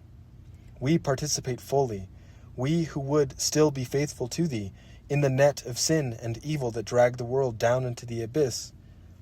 But still do we cry out to thee, O Lord, when the whole world has abandoned thee.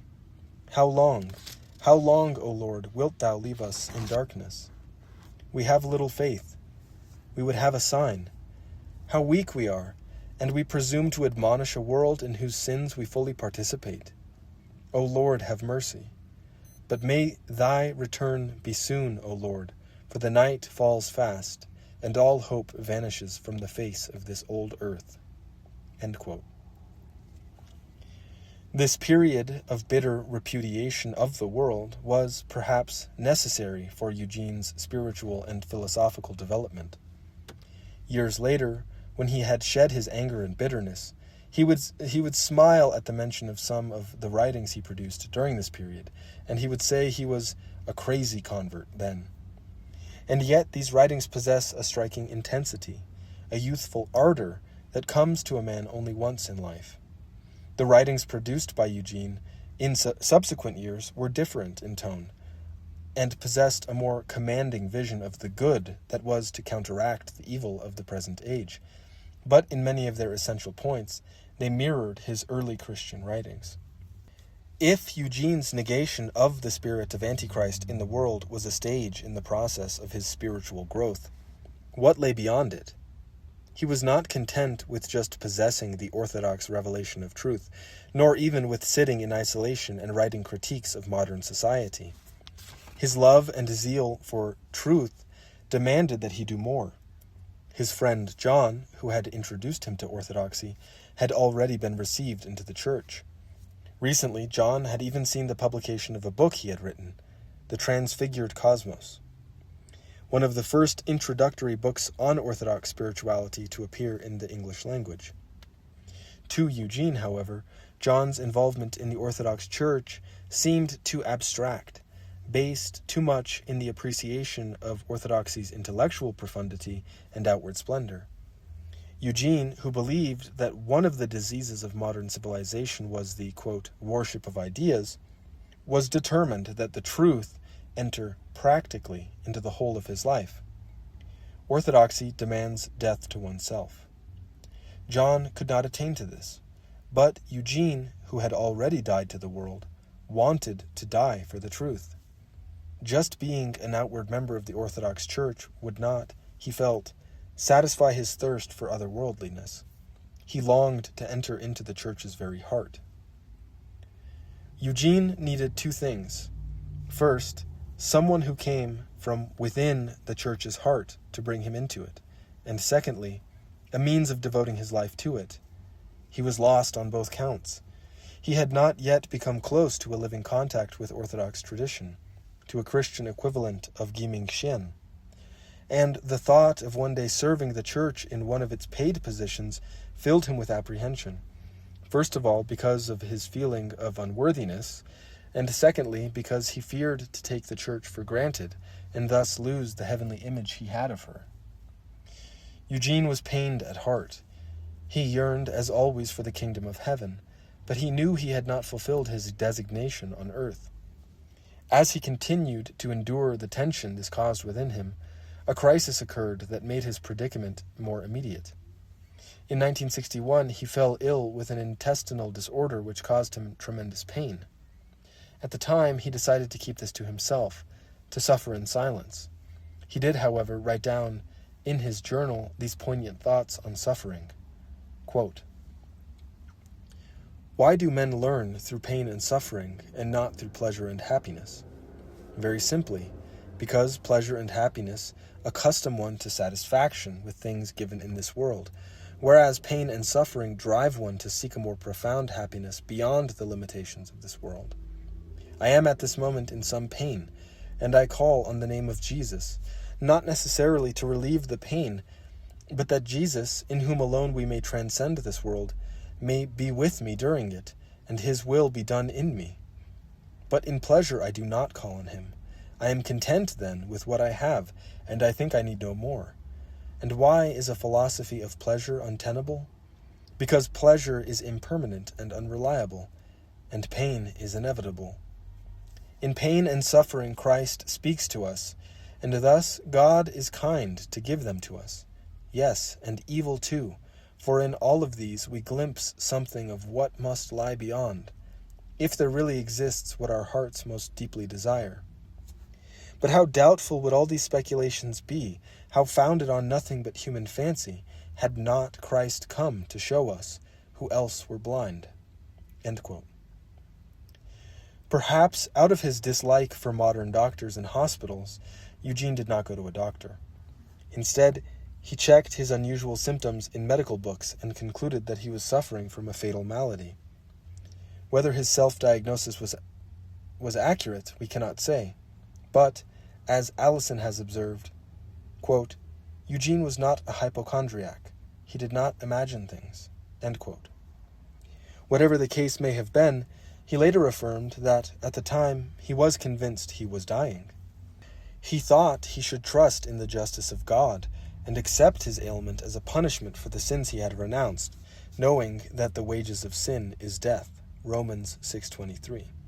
But he could not keep resistance from rising within him. Something he felt was wrong. Something was missing. Could God have fated him to die already before giving him a chance to justify his existence? Once, when he was writing philosophical reflections in his journal and was tormented at the same time by physical pain, he was overcome by faint-heartedness. The old rebel within him came out, unbidden, and he began to rage, albeit indirectly, at a seemingly unjust God, only to break down in the middle of his rant in contrition. Do we weary of life and long for rest, faintly cursing the world and whoever it was that brought us into it for leaving us in a vacuum of boredom when we are not in pain? Again, we do this out of hatred of God and out of unwillingness to be fully human, man in the image of God. In everything we do, we curse or we bless God, this unfathomable Father who, it seems, never tells us what he wants of us, withdraws when we beg him to speak, smites us with plague when we advance in righteousness and love, and lets the world go on its way with no sign that he is watching or cares. And these lines, too, are written out of hatred and blindness. God have mercy." End quote. Toward the end of 1961, Eugene visited an art store in San Francisco. As he paused to look at a selection of postcards on a rotating rack, his eyes fell upon a photograph of an old Serbian icon of the Mother of God. Note: Eugene did not know then that it was called the icon of the three hands and had a unique history. The Byzantine prototype for it had been made in the 8th century by the great hymnographer and theologian St. John Damascene, who, having had his hand cut off by the iconoclasts, had prayed to the Mother of God and had his hand restored to him. In gratitude for this miracle, he had placed the image of a third hand on the icon of the Mother of God. It is significant that Eugene should have unknowingly come before this icon at such a time when he too was in great need of healing. End of the note. He started to pray, but again he could not hold back the storm raging inside him. It was the kind of anger born out of confusion, of straining but not being able to see what lies ahead. He tore his heart before the Mother of God, revealing to her the desperate state of his soul. "You gave birth to him who gave me life," he prayed, "to him who came to earth so that having, acquiring, consuming him, we can go to heaven. Make sense out of my life. I still have talents. Let them not be wasted. Grant me to enter your Son's church, his saving enclosure, into the heart of hearts. Grant me to serve your Son." End quote. In his desperation, he spun the postcard rack around and left quickly from the store. This concludes the reading of Part 2 of Father Seraphim Rose, His Life and Works, by Hieromonk Damascene. I hope you're enjoying the audiobook. Feel free to send it around and leave any comments below. Thanks, and God bless.